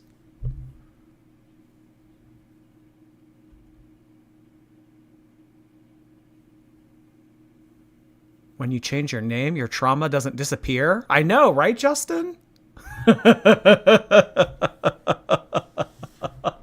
Listen, y'all, if I ever dig myself into a hole on YouTube, if I ever do something that gets me canceled, you know what I'm going to do? I'm going to come on here. I'm going to go to my YouTube settings. I'm going to change my username to something else. And it's just like pressing the redo button. You know, get rid of all that trauma. I don't know. Redo. Level 1.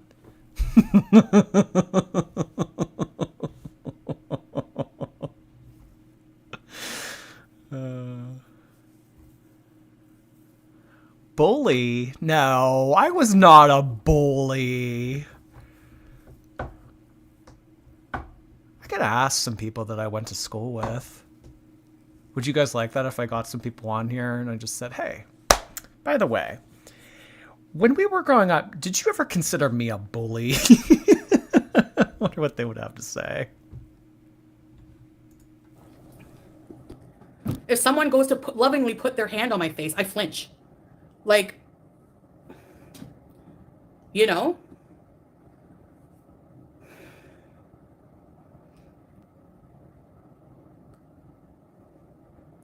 And even Dee Dee, I feel bad for her.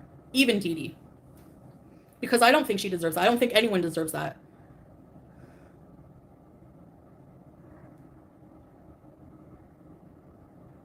So, but everything he did to her in that video, I don't like watching that video because he did the same to me. The way his face turned, the way he snorted and growled. He started by flicking his cigarette at me. He burnt cigarettes on me.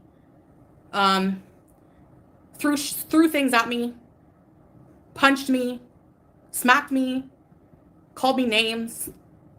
And the worst thing is, he blamed it. He would blame it on me for what he did. And I would be like, oh yeah, I must have done something. Oh yeah. Okay, he's not going to say sorry, so I'm just going to suck it up. Like, what kind of self-worth did I have? None.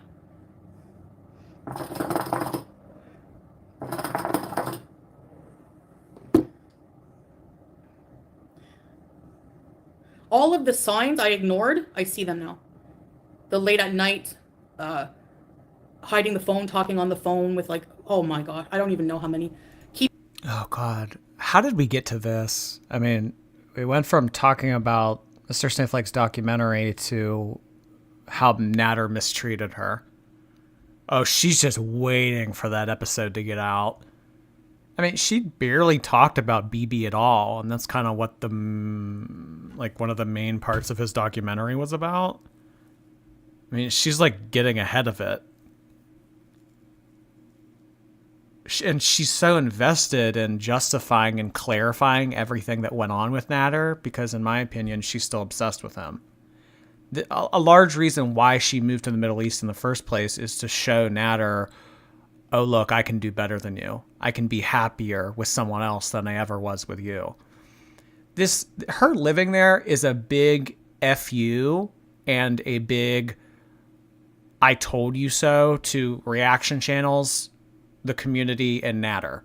That's the only reason why she's there. I mean, yes, because she wants the affirmation and to be claimed by another man, but I think it's more so to put a middle nub up to the community. Hi, Kelly. Sala is the rebound then? I don't even know what you would call Sala. A business deal? But usually in business, both parties benefit. She's not benefiting from being with him. Keeping all of the disgusting videos of other women because he would say that in case he wanted to use them to bribe them in the future. Ignored that. I told him to delete them, but you can't tell him what to do. He's vile. And for people to sit there and think that I would ever want to go back to that, you don't know me and you're disgusting. That's it. That's all I have to say. No one has said that. I mean, I'm sure there's one person that has said that, but for a majority, when people say that they want to see the old Chantal, they want her to go back to Canada, that doesn't mean that we want you to get back with Natter. But that's the way that she twists it and says that the people are silly for having that as a suggestion. Oh, you guys are saying you want the old me? Look at the old me. Look how miserable I was. That's not what we're saying. We're saying go back to Canada and get your life back on track, not go back to Canada and keep doing all the same shit you were doing throughout the pandemic. Vamp Diva, when you said you flinch, girl, I felt that. Keep healing, sending love and hugs. Thanks, Vamp Diva. I appreciate that. And I'm sorry. I'm really sorry that you had to go through that too. And a lot of women have gone through that. That, like, you would think that they would understand what you're going through, but they still shame you, you know? Yeah, he has a lot of videos of me, and he'll keep them forever. Of course he will. Ooh, that's kind of spooky to think. That's actually really spooky to think. Of videos that he has of her. Oh boy. Oh boy.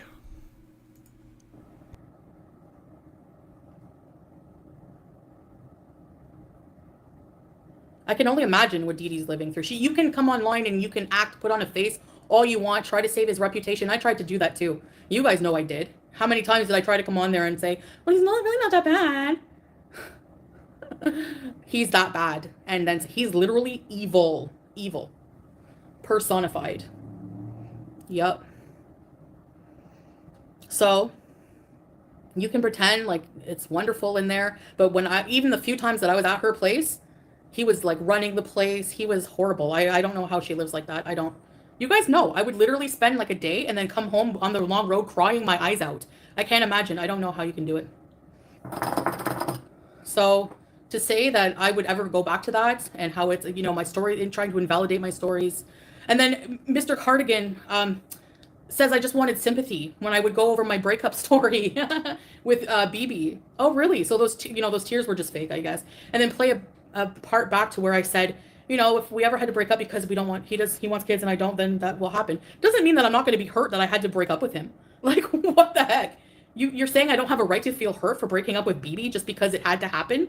And actually, we didn't break up because of anything child related. Like I said, he never brought up breaking up. I brought it up a few times. I wasn't happy. He was always ignoring me, gaming, watching TV. He was just like, he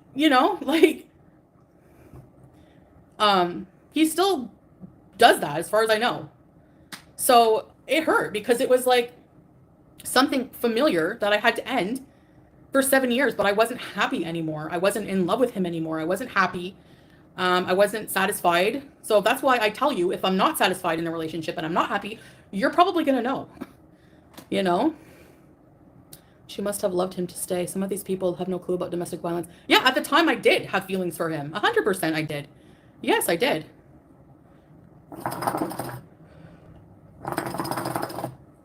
They don't show their true colors at first. Like, and then even then you kind of just ignore it. Like, look at that Risa Tisa. She's getting a lot of hate too for staying and believing the lies of this man she was with, this Legion guy, because they manipulate you. And it's so common for women and with a narcissist. Narcissists are like master manipulators, you know. Now, if you know, at the time I would say, okay, let's start a health journey, blah, blah, blah. Yeah, those were my true intentions at the time. I didn't have an intention of turning and making people like you know, using their emotions in that sense. You know what I mean? Yeah, having your son woke you up. Good, Vampy. I'm glad you're out of that. It's not easy. And people like to shame me because I didn't have kids. Most people stay for kids or they're financially dependent. No, there's an emotional bond there as well. You know? Like, it's not only about that. Tracy, what do you mean? Is it okay, this quality? Met my husband now within a year. We lived together and I'm pregnant. Finally found someone. I'm so glad, Croon's good. I think a lot of people have gone through something where they're, you know, either used or abused or treated poorly in a relationship, you know, and we learn and move on. So if people take... No. Some people, yeah. But for other people, it's just train wreck after train wreck after train wreck. I can think of one person in particular that moves from train wreck to train wreck. I come for Jordy, but stay for Fatal Buns comments. Oh my god. Hell no, don't compare yourself to Risa Tisa. Hi, CEO of memes. Take it so seriously. There's something wrong with them, not you. Yeah, I agree. Yeah, Roach Queen. I love the sound of rain. Teardrop. The ads. I'll try to fix the settings. My ex cut his own veins to manipulate me to stay because otherwise he would end his life. I wanted to leave. Yeah, that's called unaliving dating. Yeah. And bringing up something again, like when I was 15, or I was less than 15. How old was I? Yeah, didn't she do that? Both her and Amber Lynn, both she and Amber Lynn did that. Amber Lynn did that to Destiny. If you leave me, I'll have no choice but to do this. And then the blood will be on your hands and you'll have to live with that forever. It's so nasty to do that to someone. Yikes. Yuck. Ew. She's turning purple like the girl in Charlie and the Chocolate Factory. Whenever I look for lack of oxygen on someone, I always look at their lips. I can always tell from people's lips. Which, in this case, they do look a little dark. I don't know if I would call them purple, but they definitely don't look like they've been freshly coated with some lovely lip oil from Jeffree Star Cosmetics. I was like a child, basically, with this whole like unaliving incident. Like I was mentally disturbed and not well. And so, I mean, why are people using traumatic events against me? Why are people reliving stupid things like that? Or why are like telling a story time from 20 years ago to try to say that I'm a bad person? Like what? Like my story times are just weird. They don't make me a bad person. Because the person didn't have plumbing and toilet paper, I'm a bad person? Oh, please. And then saying, well, they didn't want to be around you. They paid $150. They wanted to be around me. And the night was fine. They were feeding me alcohol. Yeah, Lynn. You were just so attracted to him physically, but over time. That's what he would do. He would use that like, against me, you know? Like, he would use, I don't want to say, but you know what I mean? Like, he was just vile in every way. I don't know. Everything was about him. A big, you know what I mean? Like, oh, welcome salam, Sue-Ann. Or Sue-Ann Ola.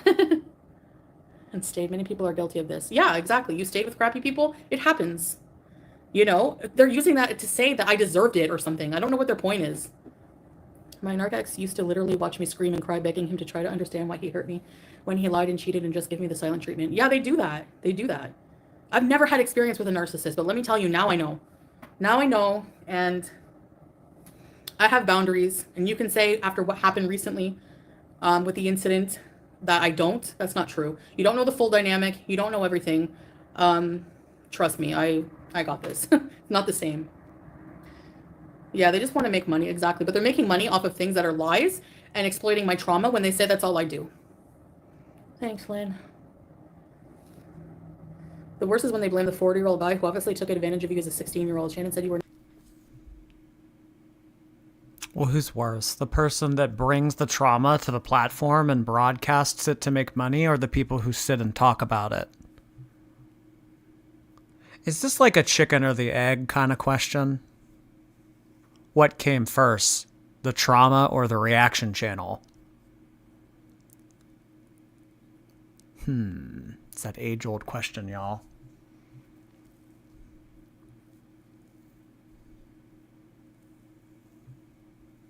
Look in the mirror, girl. How long is she gonna take at this storyline about herself? About another hour. Has she had psychosis before? I guess that we'd never know, because Chantal doesn't really ever seek medical attention. An unusual 16-year-old. Unusual. I think I was just turned 16, maybe even a little shy of that when I first met him.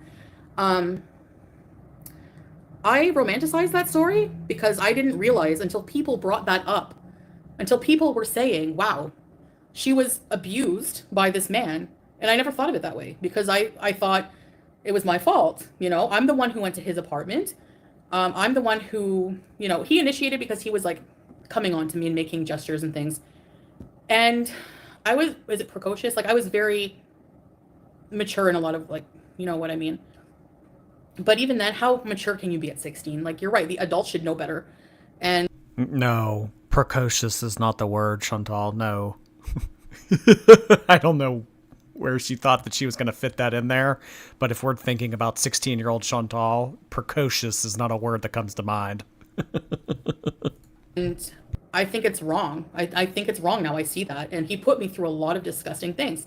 You know, he would say things like, he would put on explicit videos and say, see, this is what a woman would do.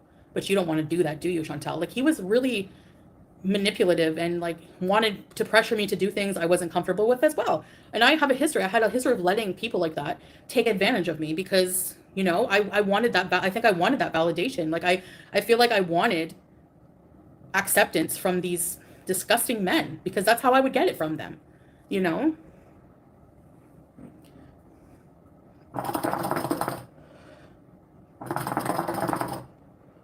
Yeah. Just leave the past where it belongs. Exactly. That's what I'm trying to do, cookies and cream. You know? So. I don't always think that that's the right way to go about life. Leave the past where it belongs. Let sleeping dogs lie. Stop talking about it. It happened all those years ago. Well, sometimes you become the person that you want to become by righting all of those wrongs back then. Or if you can't right the wrongs, at least identify them and make peace with them. She doesn't do that. Chantal just wants to cause a wake of destruction and then never look behind her. That's not how you move on. And I mean, Chantal is quite literally the human embodiment of 30 plus years of toxic past happenings.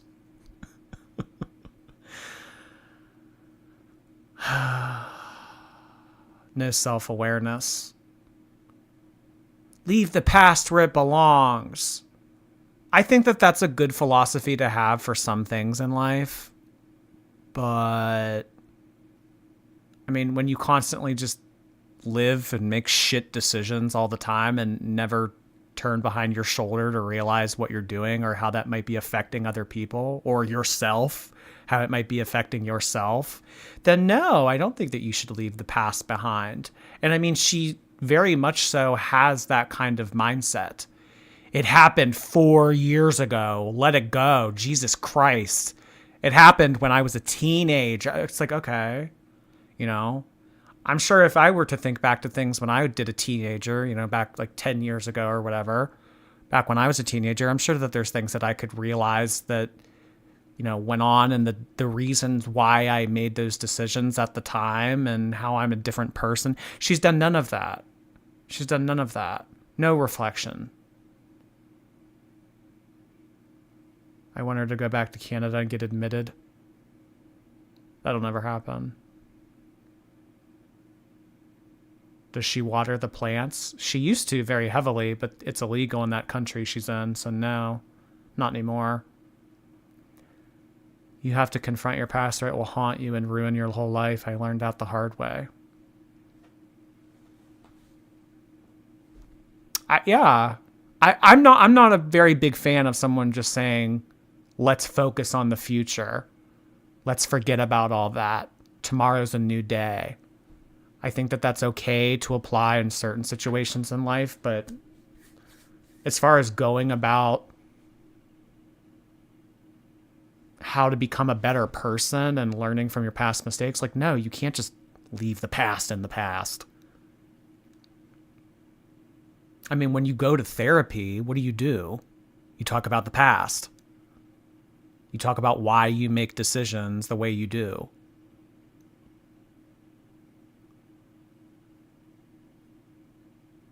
You keep, like, why have you come to make the coping mechanisms in life that you've come to? I don't like the toxic positivity. Yeah, it is kind of like toxic positivity in a way, saying that, because it's something that some people might agree with, because when you hear some people say, like, leave the past in the past, let's look toward tomorrow. All we can do is look forward. We can't look behind. Like, that makes sense.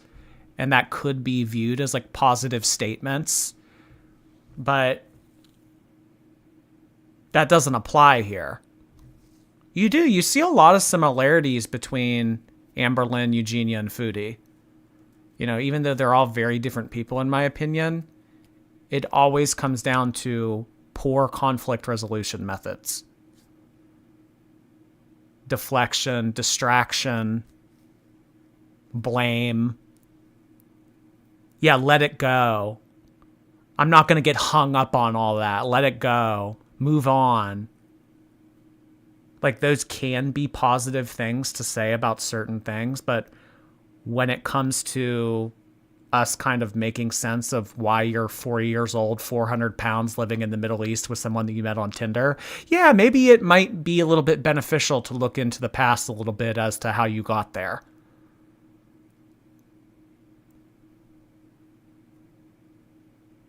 You're supposed to learn from the past, not forget it. I agree. The cold never bothered you anyway.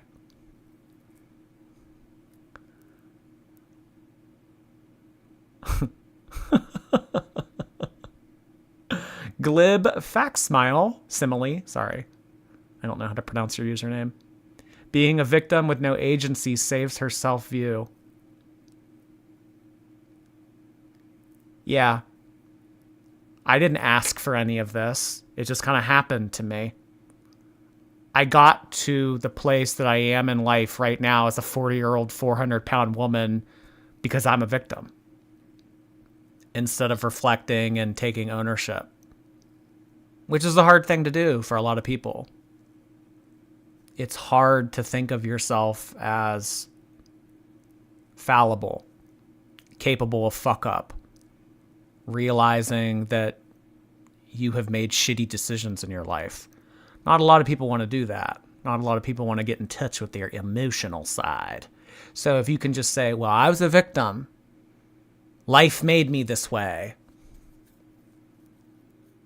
I got to this place in life because of a whole lot of happenstance. Then it's a lot easier to come to terms with. She really does. She needs to just like really have an in-depth, I don't even know if it, I don't know. I don't know if it would even be helpful at this point. Like, is it beyond the point of no return? That's oftentimes a question I think about when I talk about Eugenia and Amberlynn too. Are we past the point of no return?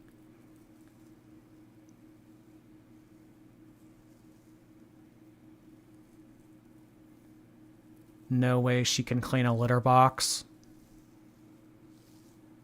She probably has him do it. The YouTube Underground. Oh, please, they're disgusting. Imagine wifing up somebody who made fun of your kids. Like, really? Ew. You were a child and anyone using that story for views is sick. Thanks, Lolo. These people act like you were the one obsessing and bullying them when it's them doing... Yeah, I know. Yeah. You were mean to your audience. No, I'm mean to audience members who would always come in and bully me and shame me for failing on a diet or doing whatever. Yeah, like I'm not just going to come up to you and be mean to you for no reason. Like you don't know me in real life. I'm actually really nice and personable and I've had a lot of friends. Before I isolate myself. No. Chantal, you've told us in the very recent past that you're someone that can't be bothered to deal with people's emotions, that you need very low maintenance people in your life, because if it ever gets to the point where someone needs to rely on you, you don't want that responsibility. Those don't strike me as the characteristics of someone that describes themselves as nice and personable. When your best friend was in the hospital and she needed somebody there to be with her, you said, no, I can't deal with that right now. I can't visit you in the hospital because that would take too much of a toll on my psyche. I can't deal with this right now. That very much shows that you're a selfish person, that you're all about you. So when you're selfish and personable don't really go that well together, in my experience. I had a lot of friends. People always thought I was funny, you know. Had a lot of friends. People always thought I was funny. When the 7 or so years she's been on YouTube, there's been 1, 2, 3, like 5 side characters. And I think her only friend right now, well, I don't even know if she's still friends with him, is the Pete's guy. So what are you talking about? You used to have a lot of friends, like what, back in junior year of high school? What are we referring to? Funny in what way? Yeah, I don't know. Is eating lobster mac and cheese and farting on camera funny? I mean, that might be funny to some people, but funny objectively? No. I was always making... I get along with everybody. If you meet me, you know what I mean? Like... So that's not true. I'm not an angel, and I wasn't. Like now I'm doing a lot better, but oh yeah, she looks it, right? She's doing a lot better, right?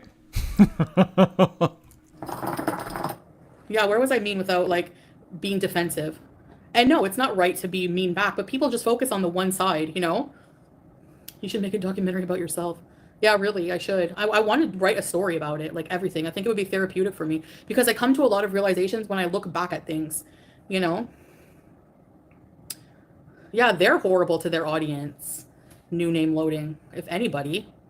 I don't have a hate list of people. Do you miss your Kia? I like our new car a lot better. I'd be pissed every day if I was in your position. Well, I don't know.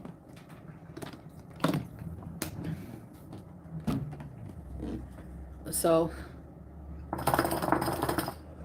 people think that I'm such a liar. You're lied to every day by FF, you know who. Like, the video of BBJ. Like, Hater Tater on Twitter posted a comparison. The same carpet. She's trying to say that somebody sent her that video of BBJ. It's the same carpet. She has BBJ. And she's like, she likes this treat. The cat didn't even eat the treat. She licked it once and looked away. Whenever I used to feed BBJ treats, she would come, you saw her, she was a fiend. She would eat like 10 in a row. And as per the guidelines on the bag, because she's lightweight, she's allowed to have like 14 a day. So, get off it. You want to compare, you just made yourself look like a big liar. Whoa. My cat is allowed to have 14 treats a day. We talking about the cat or are we talking about us? Mean. I don't know. Do we just go in like successions of 14. One for you, one for me. One for you, one for me.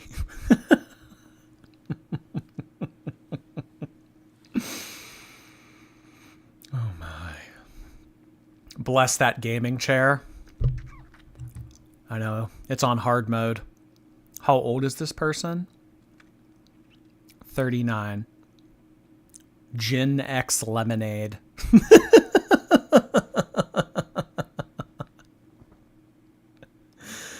Oh my god.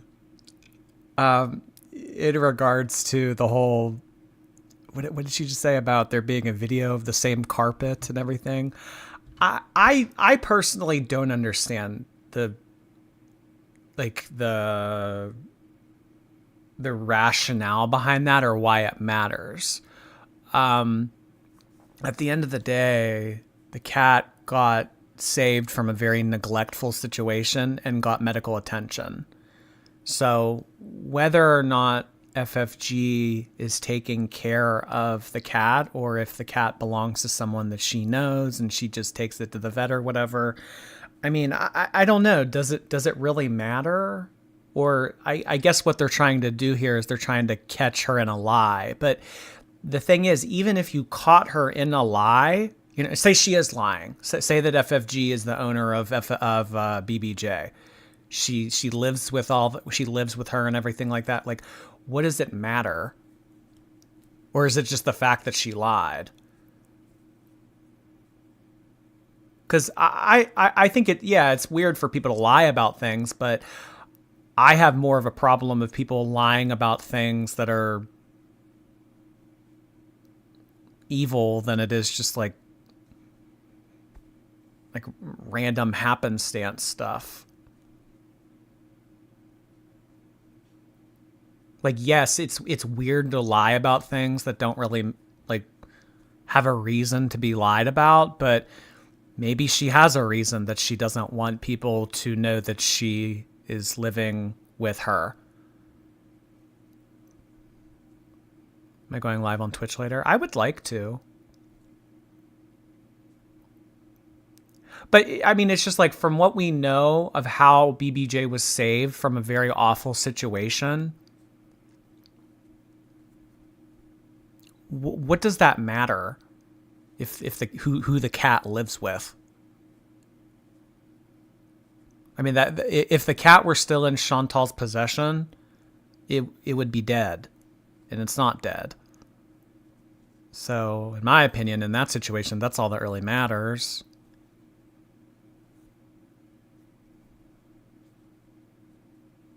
Imagine Foodie Beauty at a hookah lounge. They've gone to hookah lounges before, and they've filmed it. When they went to Thailand, they went to a hookah lounge like every hour.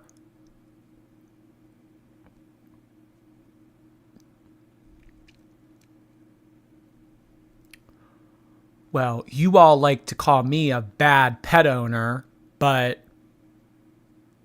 the new pet owner is lying about where BBJ lives. So we're both caught in a lie here. So it's equal. No, it's not equal.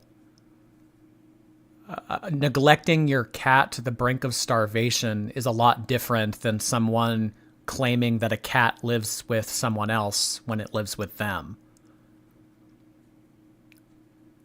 Just because they're both lies doesn't mean they're equal. And again, I'm not saying that FFG's lying about it. I'm just playing by her rules right now. I'm going about her scenario. Like, who cares, you know? Yeah, but in her head, the cat was stolen from her. Yeah. Stolen from her.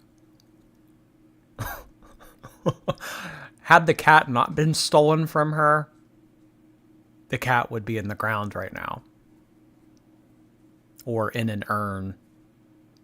But I highly doubt that Chantal would have foot the bill to make the urn happen. Or have cared to put that urn in a possession of hers. Eiley, thank you so much for the super chat. Appreciate that. Oh, it's a super sticker. Thank you so much for the super sticker, Eiley.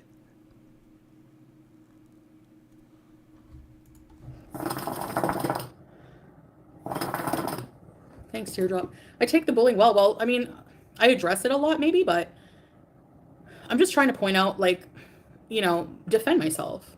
My cat loves Temptations treats. Yeah. Hello, Desert Rose. Thank you, Yusuf. Teardrop, yeah.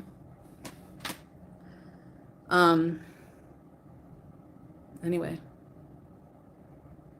So that's my defense of it. I think it's just BS. I knew it would be BS, and I was like, let me just see, because people say he's fair, he's a good documentary person. He's just a glorified hater. That's all he is. Trying to be white soft white underbelly. Like, please stop picking on the same two friggin' fat women on the internet. You don't like watching people stuff their face, then why are you making a 6-hour documentary about it, about my old story times? You're gonna be talking next about my abuse story. Like, whatever. Like, get a life.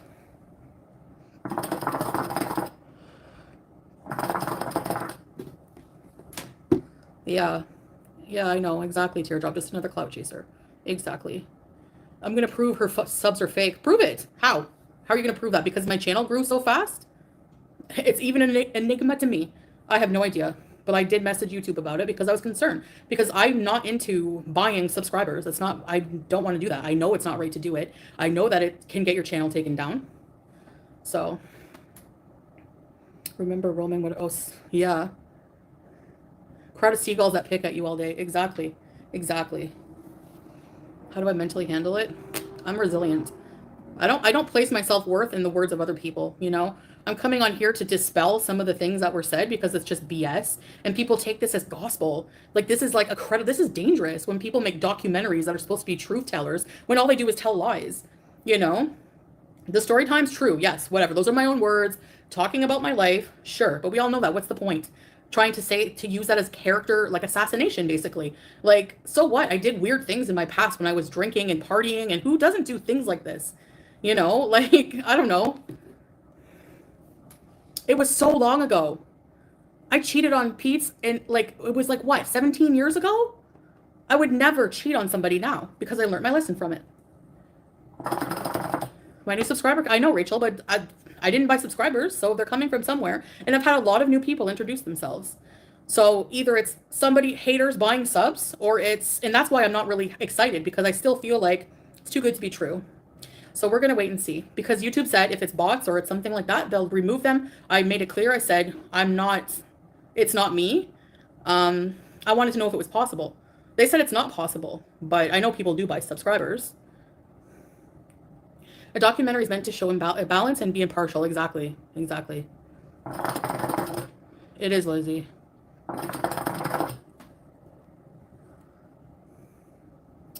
If you've ever been, I asked them about that. It depends on the situation, Patricia. That's what I'm saying. I might not even be able to get a plaque. Whatever, it's not going to ruin my life. I never dwell on things. A Muslim woman named Mo. Oh yeah, nice Muslim. Okay. And these people, they backbite and they gossip about me, and they try to cause more drama and hate, and they're good Muslims. Sure, we'll see about that. It's a hate forum, fam diva. So literally Shaitan working through them to try and get to you. I know. Everything is a test. And it's never going to stop because, like, it's just never going to stop. It's too lucrative. People are just too invested for some odd reason. I don't know. If that's what you want to do, fine. But if you're claiming to be fair and a good documentary maker, and you listen to the lies of somebody from my past from Kiwi Farms who has an agenda with no proof, hi, Loner. Again, if I had someone on my panel doing blackface, that would be it. I would be canceled a 30th time. But people... The deflection.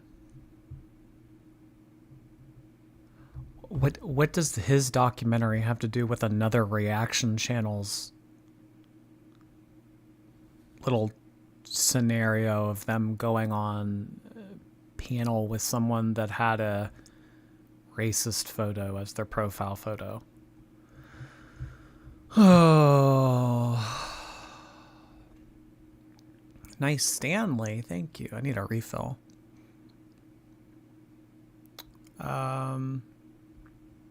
It's called Projection SpongeBob Rainbow Wave. I'm dead.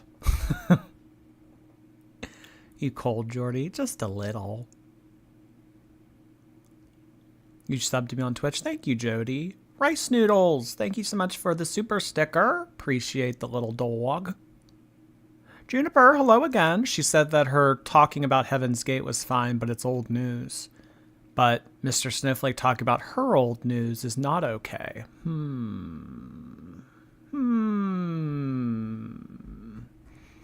When it comes to Chantal's past, that's in the past. But anything else is in the past is fair game. Sounds logical. Rules for thee, but not for me. Is Jordy wearing a cardigan now? Yes. This isn't a blanket, you guys. This is a cardigan. I am now Mr. Cardigan. People don't care about the person who did that. No, I'm probably going to do the Twitch stream after. Yeah, Lizzie, exactly. They say the R word, the N word. They make fun of autistic people, trans people. They have about probably... They make fun of autistic people and trans people. Chantal, I'm pretty sure I could pull up a video in like 2 seconds of you making fun of trans people. Hold on. Give me 1 second. Oh, where is it? Blah, blah, blah, blah, blah. Maybe it's on my Twitter. I think it is on my Twitter, actually. All right, yeah. I thought I had it in my phone, but apparently not. There's a video of Chantal holding up a photo of Dee Dee, you know, the woman that she calls Doodoo. She holds up a photo of Dee Dee to the camera and says, Dee Dee, people literally think you're trans and you're going to make fun of me? Okay. But now here, February 26th, 2024, who is they? Just the community in general. Reaction channels, the community, people on the forums. They make fun of trans people. I'm just waiting for her to call the community racist, too. Because, I mean, there's a video from about a year ago of her making fun of one of Salah's friends for having roommates or something like that. And very distinctly, she says, yeah, one of Salah's friends has a bunch of black guys living with him. It's silly. It's silly. Nice and personable. She's nice and personable. She has a lot of friends. And, don't forget funny. She's funny. She's gonna say gay people next. Yeah. Chantal's big community page post about how she doesn't support gay people because of her religion. The religion that she only joined so that she could marry the Tinder husband. This is just so... It's moronic. Her new religion doesn't accept trans people, so... Yeah, how are you going to critique someone else for criticizing trans people when your religion does not support trans people? Huh. Little hypocritical. 20,000 pages by now. Just picking apart, like, everything about my body, everything. So... Sitting for 4... What photo was photoshopped? I have never in my life ever had Photoshop. Never. Never, never, never. Wallah. I swear. Never. She probably means the actual application Photoshop. You know, like Microsoft Photoshop or Adobe Photoshop or whatever. She probably means that. But in terms of any other app or software that can modify a photo... Yeah. Oh, yeah. I've used that before. But Adobe Photoshop, I've never had that program. Even though Photoshop is a widely used term. She's tailoring it to a very specific example and trying to make herself seem like she's in the right here.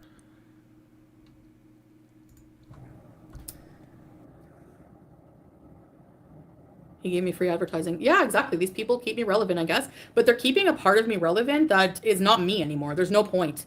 You know, it's so many years ago. You are not obliged to be the person that you were yesterday. It's just like, you know, these reaction channels who are so self-righteous and sanctimonious and say, I'm a changed person, so you're still making fun of me when I was an alcoholic, but I'm not anymore. Well, you're still ruminating over my past of things that I did in the past. Cuba rage. Get over it. I was drunk. You can use the same excuse. You were drunk when you hit your grandfather. Well, I was drunk when I did Cuba rage. Did I physically abuse anybody? No. But you still sit there and use that for content. So yeah. Hey, Sarah Nasser, I'm a Sarah from Kuwait, big fan of you. Would love to invite you to lunch someday. Avenues Mall. Sarah, are you the one who does makeup? Thank you. That's really nice of you to say.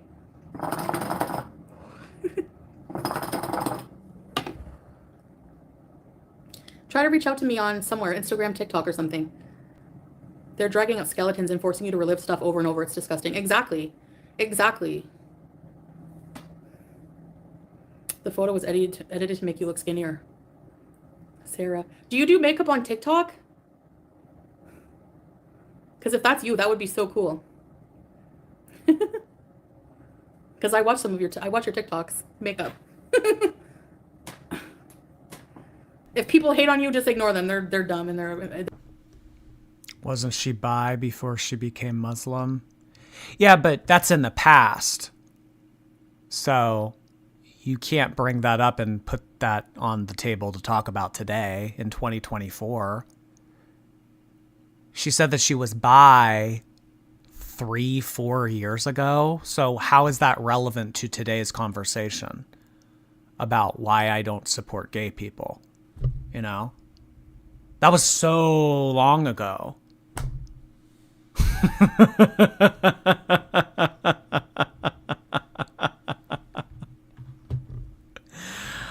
Oh my God. They're obsessed. Block and delete. Hi, Juan. Welcome to Very Important Bees. Ready to set bees. Anyway. So, where were we? Julia's over it. I want you to know how much I appreciate those of you who have always been around and don't take these people's word as gospel and know who I am, you know? You like the sound of the hookah? Oh, my leg. I want to do Twitch on camera sitting here, but... Hi, Juan. Hi, Vanessa. Welcome, Juan. Thanks for being a beezer. We still stay beezing, no matter what name I have. Hi, Angela. You can change your name, but you're the same person. How am I the same person? How? When did I have any drop of alcohol? When did I do any of the things that I used to do? You know, like there's no comparison. You know, I don't dance around unclothed. Aaron! Thank you, Aaron! Shukran jazilan. Thanks, Lynn. Little Nitty. If anybody does manipulating of their audience, it's hater channels who use lies and use character assassination tactics to try to gain more hate, to perpetuate more hate, more useless twisting of things. You know what I mean? Like, please. Exactly, Applebee's. Is that all I am? Am I just a pillar of hate? Am I just manipulating all of you right now? Maybe you guys don't even realize it. That's what I am. When I'm sitting here with my blanket, this is a distraction so that you guys aren't able to realize that I'm just a beacon of hate trying to recruit you into my hateful army. That's what's going on here. It is. So that I can twist her words more easily. See, you all are focused on the blanket right now. Me, I'm trying to manipulate and twist her words. Jordy's a pillar of hate. He is. He is. He's nasty.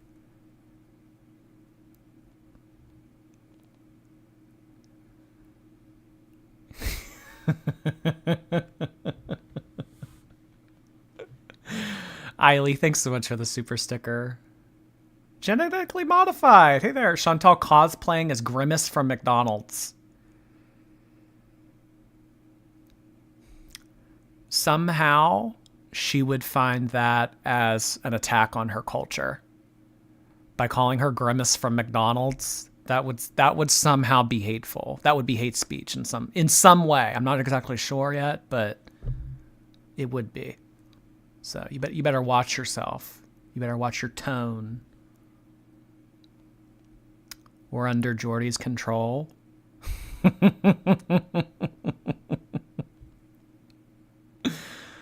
Chuck and his ducks. Appreciate that. Has she ever taken accountability for anything? I've been watching her since like 2017, and I do not recall. She might actually die if she does. I know. Who would have thought? Who would have thought that changed behavior would result in a better lifestyle?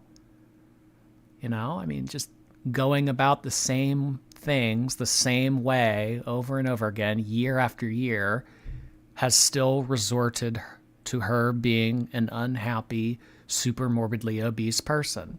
You know, it's almost as if you want to do things in life that you haven't done,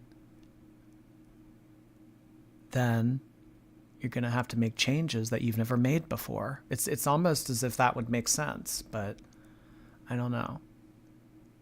I think that we should just start to go about all of our problems the same way year after year. I think that's a lot more logical. Isn't she Canadian? I thought Canadians were the nicest people on the planet. She is the nicest person on the planet. She's very nice, and she's friendly, and she's funny, and she has a lot of friends. She's personable. What are you talking about? Are we not watching the same video? Jordy, how can you be so hateful toward this very obviously good person?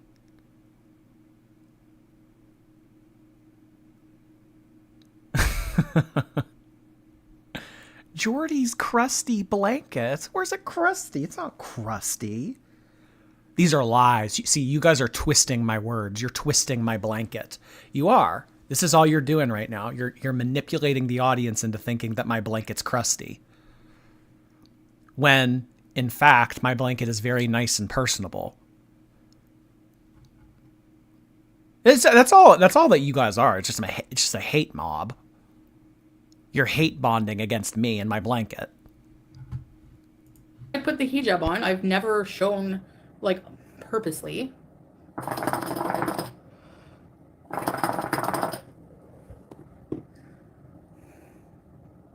The classic. I haven't eaten at McDonald's. I'm boycotting it.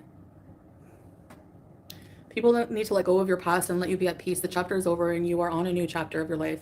Thank you. Yeah. Exactly. Hate is useless. You are the same person. You continue to call people names. Where? Racist where? Hi, random things. Super chat, super chat. You just got a super chat. Love you, girl. Thank you so much. Thank you.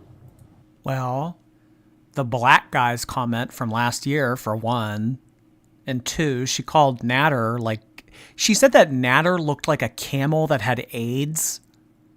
I mean, yeah, that would strike me as a little bit racist and not nice or personable. I mean, those are just the two things that come to mind. I'm sure there's a laundry list out there. Racist comments from me? Where? Oh, you're giving examples? Well, that was in self-defense. I would have never said that had they not said that to me.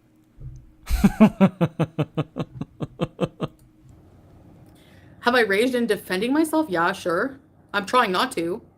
I haven't called anybody names tonight, except for maybe the abuser, but sorry. I mean, not sorry. What about Mr. Snowflake? You called him Mr. Cardigan. Mr. Cardigan. You called him White Soft Underbelly. Those are two names right there. Same thing with Cuba Rage. I'm not sorry about anything I said about that person. Nope. Not after what I've been through that weekend before I went there. Sorry, not sorry. Does Mr. Rogers sweater give you automatic morals? Apparently. Oh yeah, Doodoo. Yeah, Doodoo. She has said Doodoo like 10 times. Who have I called names? Come on, tell me. Other than him, who have I called names tonight? Answer me that, morons. Hate bond up an answer to that. Reactors and haters insult you all day and then clutch their pearls if you respond. Yeah. Have you seen the disgusting things these people do on Twitter? I've seen a few. And then they have the nerve to try to take a moral high ground against myself and Amber Lane and whoever else. I don't get it. I don't. The only thing is, yeah, they want this reaction, you know. La vie! Salut! Salut, ça va? Marhaba, ahlan wa sahlan. So, there's no comparison. Like, the amount of people who have gone real life, like, it's disgusting. Have come from my family.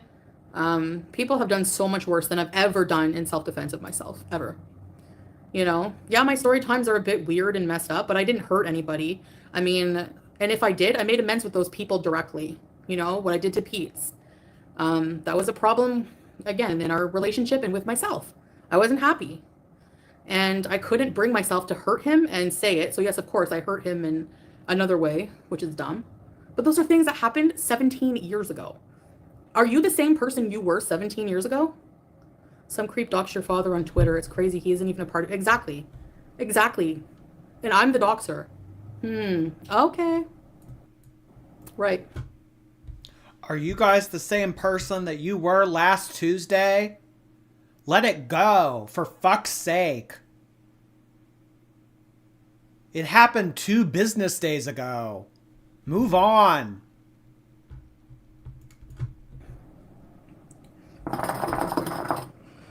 Yeah, I mean, sure. Some of my story times were funny, whatever, you know.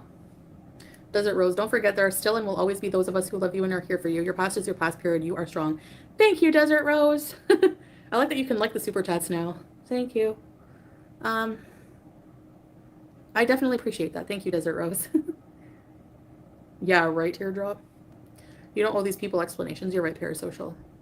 Leave the family out. Oh, yeah. But they don't. They don't. Being drunk isn't an excuse for anybody. It's not an excuse, but it definitely brings out the worst of you, for sure. And I haven't had any alcohol since those bad times. I don't drink. I never will again. You should tell your story. Be one to profit off of it instead of reactors. Yeah, Leslie, it's just that at the time, especially when I was going through the abuse, I would come on live and cry and scream and, you know, block it out with drugs and tell you everything that happened. And at the time, you guys believed me because you were telling me to leave. You hated me for staying, you know? And now it's like, because it can be weaponized against me. Morocco greeting. Hello, marhaba. Kifik. I'm sorry, but I'm sick of seeing all your past videos over and over again. I know, that's the thing. Like, it's so past. It's so, I know people think it's like they think I'm still that person. I'm still Foodie and I'm going to go back to that. And it's not going to happen. I can assure you, They think I'm still that person. No. Chantal, I can tell you for sure, just from watching you, there's not much difference between you in 2024 versus you in 2022. They think that I'm still that person. Look at how much I've changed. Look at all that I've done with my life. Look at all of the positive things that I've brought into my life since that time.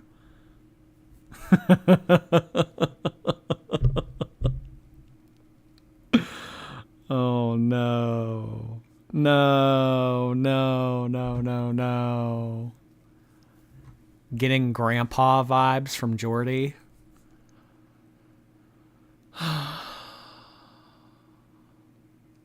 Is this really why she changed her name? Well, she's the changed person. She's not that person anymore. She has blossomed? Yeah, that's a good way of putting it. Moon Rabbit ASMR, thank you so much. Hi to all you honey bunnies and our Jordan Savior. Thanks so much, Moon Rabbit. Glad to have you here. Thanks for checking in. Yep, focus on the future, not the past. Liking the person I'm on the road to be. I still have to deal with a lot of issues, you know? Like, of course I do, but still, that doesn't, like again, having an eating disorder, eating a tray of meatballs doesn't make me a bad person, okay? Like, having a disease is not reflective on who you are as a person. And it's clear that these people they really just see somebody as just stuffing their face. They don't really care about what you're going through psychologically or, you know, whatever. I don't know. Sorry, somebody messaged me. Drunk words are sober thoughts. Yeah, and at the time I was on a Cuba Rage, I had a lot of hate in my heart. I was black inside. You know, you go through a year of being manipulated and abused and cheated on and everything else, and you see how when you drink, how that comes out. I'm just saying. For your next iced mocha. Yes. Let's go, babe. Thank you, Starry Sky. Hello, Charles. Please stand by. Yes. Yeah. I mean, right? Like, I was so in a dark place. Badly. And there were people, I know I said some mean things to people in the audience, but there were a lot of trolls that were there instigating and that were there trying to get me to rage and pushing, and they knew I was in a vulnerable state and they were saying mean things. So, yeah, exactly. Please stand by. Ghostface. It was their fault. It was their fault. I had people in my chat saying awful things. They pushed me to say them. I had people egging me on. Yeah, I probably shouldn't have said those things, but had I not had those people in my chat egging me on, I would have never said it. So therefore, I'm not at fault. And anyway, besides the point, that was 2 fucking years ago. What are you guys talking about this shit for again? Look at how different I am now. Look how happy. Look how amazing the changes I've made.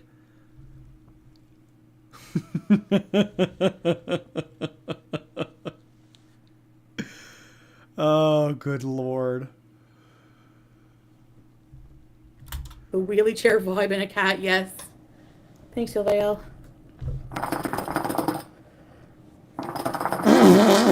Yeah, exactly. I'm not like looking for sympathy, but it's sympathy and understanding are different, right? Hi, Rose. Open chat. Yes, how are you? Thank you, David's Cafe. I appreciate that. I seriously can't tell you where the subscribers have come from. Honestly, I don't know if they're real or not.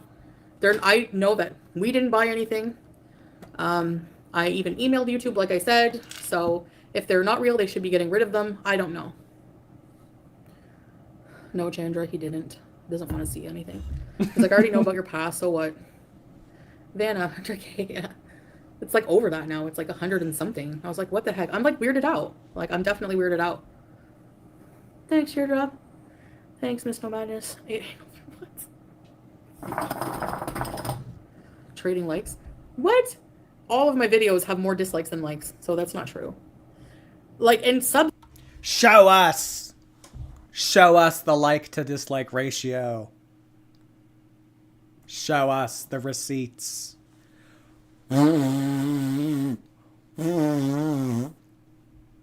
This was 4 years ago.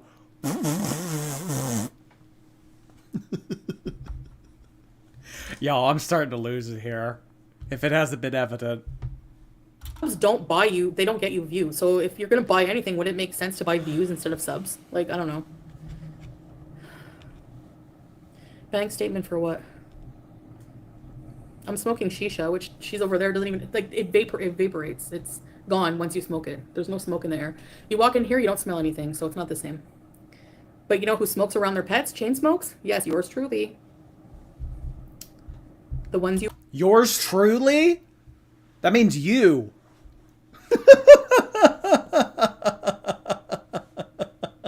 What do you mean, yours truly? worship without even questioning. Thanks, Croons. Her in her chat all morning, she has nothing else. Pathetic.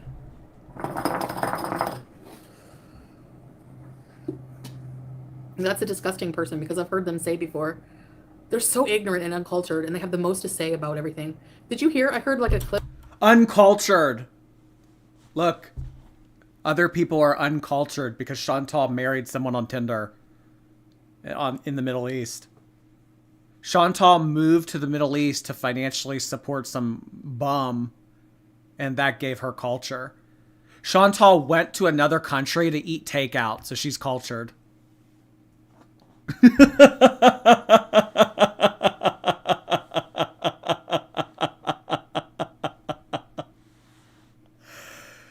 Chantal ate chicken pad thai in Bangkok, so she's cultured.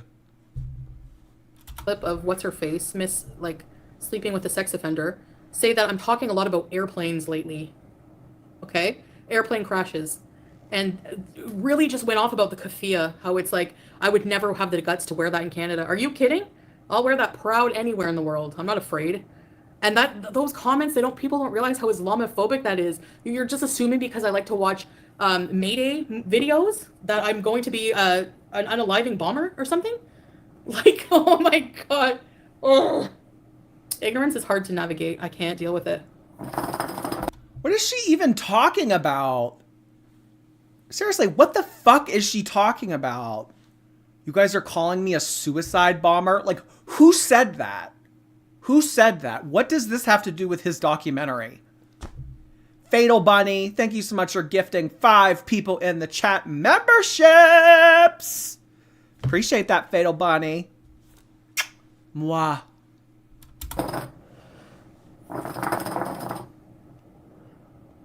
Hi, Miss Linda. Chandra, I haven't even looked into that yet. Represent our people. Like, they really know nothing. They really know nothing. First of all, those people are Islamic extremists. Most Muslims are very peaceful people, okay? They're not part of jihad. And there's extremist Christians. There's so many of them. Nobody says anything about that. So please, it's so Islamophobic. I know. I like to watch cartel videos. Oh, I can't. I don't watch them. I listen about them. I like the history part, but then I skip out when it gets to like the gore. I don't watch that. Camel content. Oh, thank you, Eldritch. I love camel. Yeah, they're so cute. Yeah, none of them have an original thought. They're just incredibly ignorant. Yeah, foodie cutie. Why is she out of breath? She's huffing and puffing. Sitting.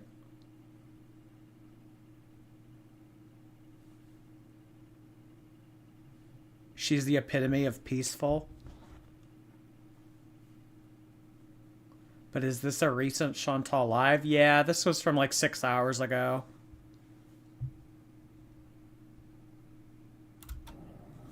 Yeah. Really? Please stand by? So. No Applebee's, really? Well, good for that then, I guess. I think you and King Salah should go on a couple's vacation and enjoy your time. Yeah, we plan to soon. Yeah, exactly. There's just corruption all around. Yeah, thanks, Miss Linda. Did it hurt when the camel kicked? It hurt a little, not much. I think it was more of a shock. It's like, I've never been kicked by a camel. What don't you like about YouTube? I think that YouTube should stop platforming bullies and hate channels. And get they're just, I don't know. They should platform me instead. They should push me and my nice and personable content into the algorithm. Me.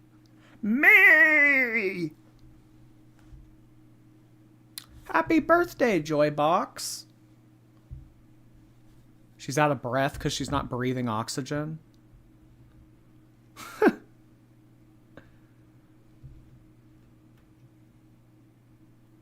Oh my. Yeah. Ew, Applebee's. I can't stand the evil in the world.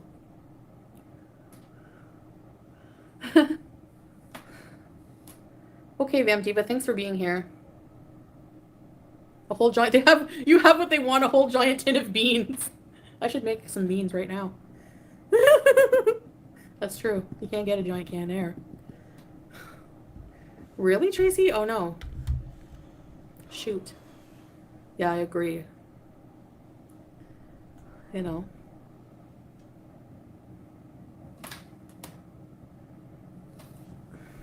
Anyway. Ugh. Okay. You know what, y'all? It's almost 11, and there's still like 40-something minutes on this, 30, whatever. And I still want to do Twitch tonight. So I think that we're going to end it here. I can't imagine that what she says in the next 36 minutes are all that enlightening, you know, compared to all the enlightening stuff that she had to say in the first hour and 20 minutes. But I had fun. I did. I had a lot of fun. This was a very nice stream, very personable. So I think that we're going to call it here, but we will try to do Twitch in like an hour-ish. Yeah, we got to finish up New York City for Doherty Dozen. Thanks to everybody who hung out this evening, sent in a super chat, became a member, got gifted a membership. We're blessed by the memberships gifting. Again, if you want to join us on Twitch, my Twitch username is Oh Lordy, It's Jordy TV. We will probably head over there-ish, soonish, TM. Thanks for hanging out, everybody. Have a good rest of your night, and I'll see you soon.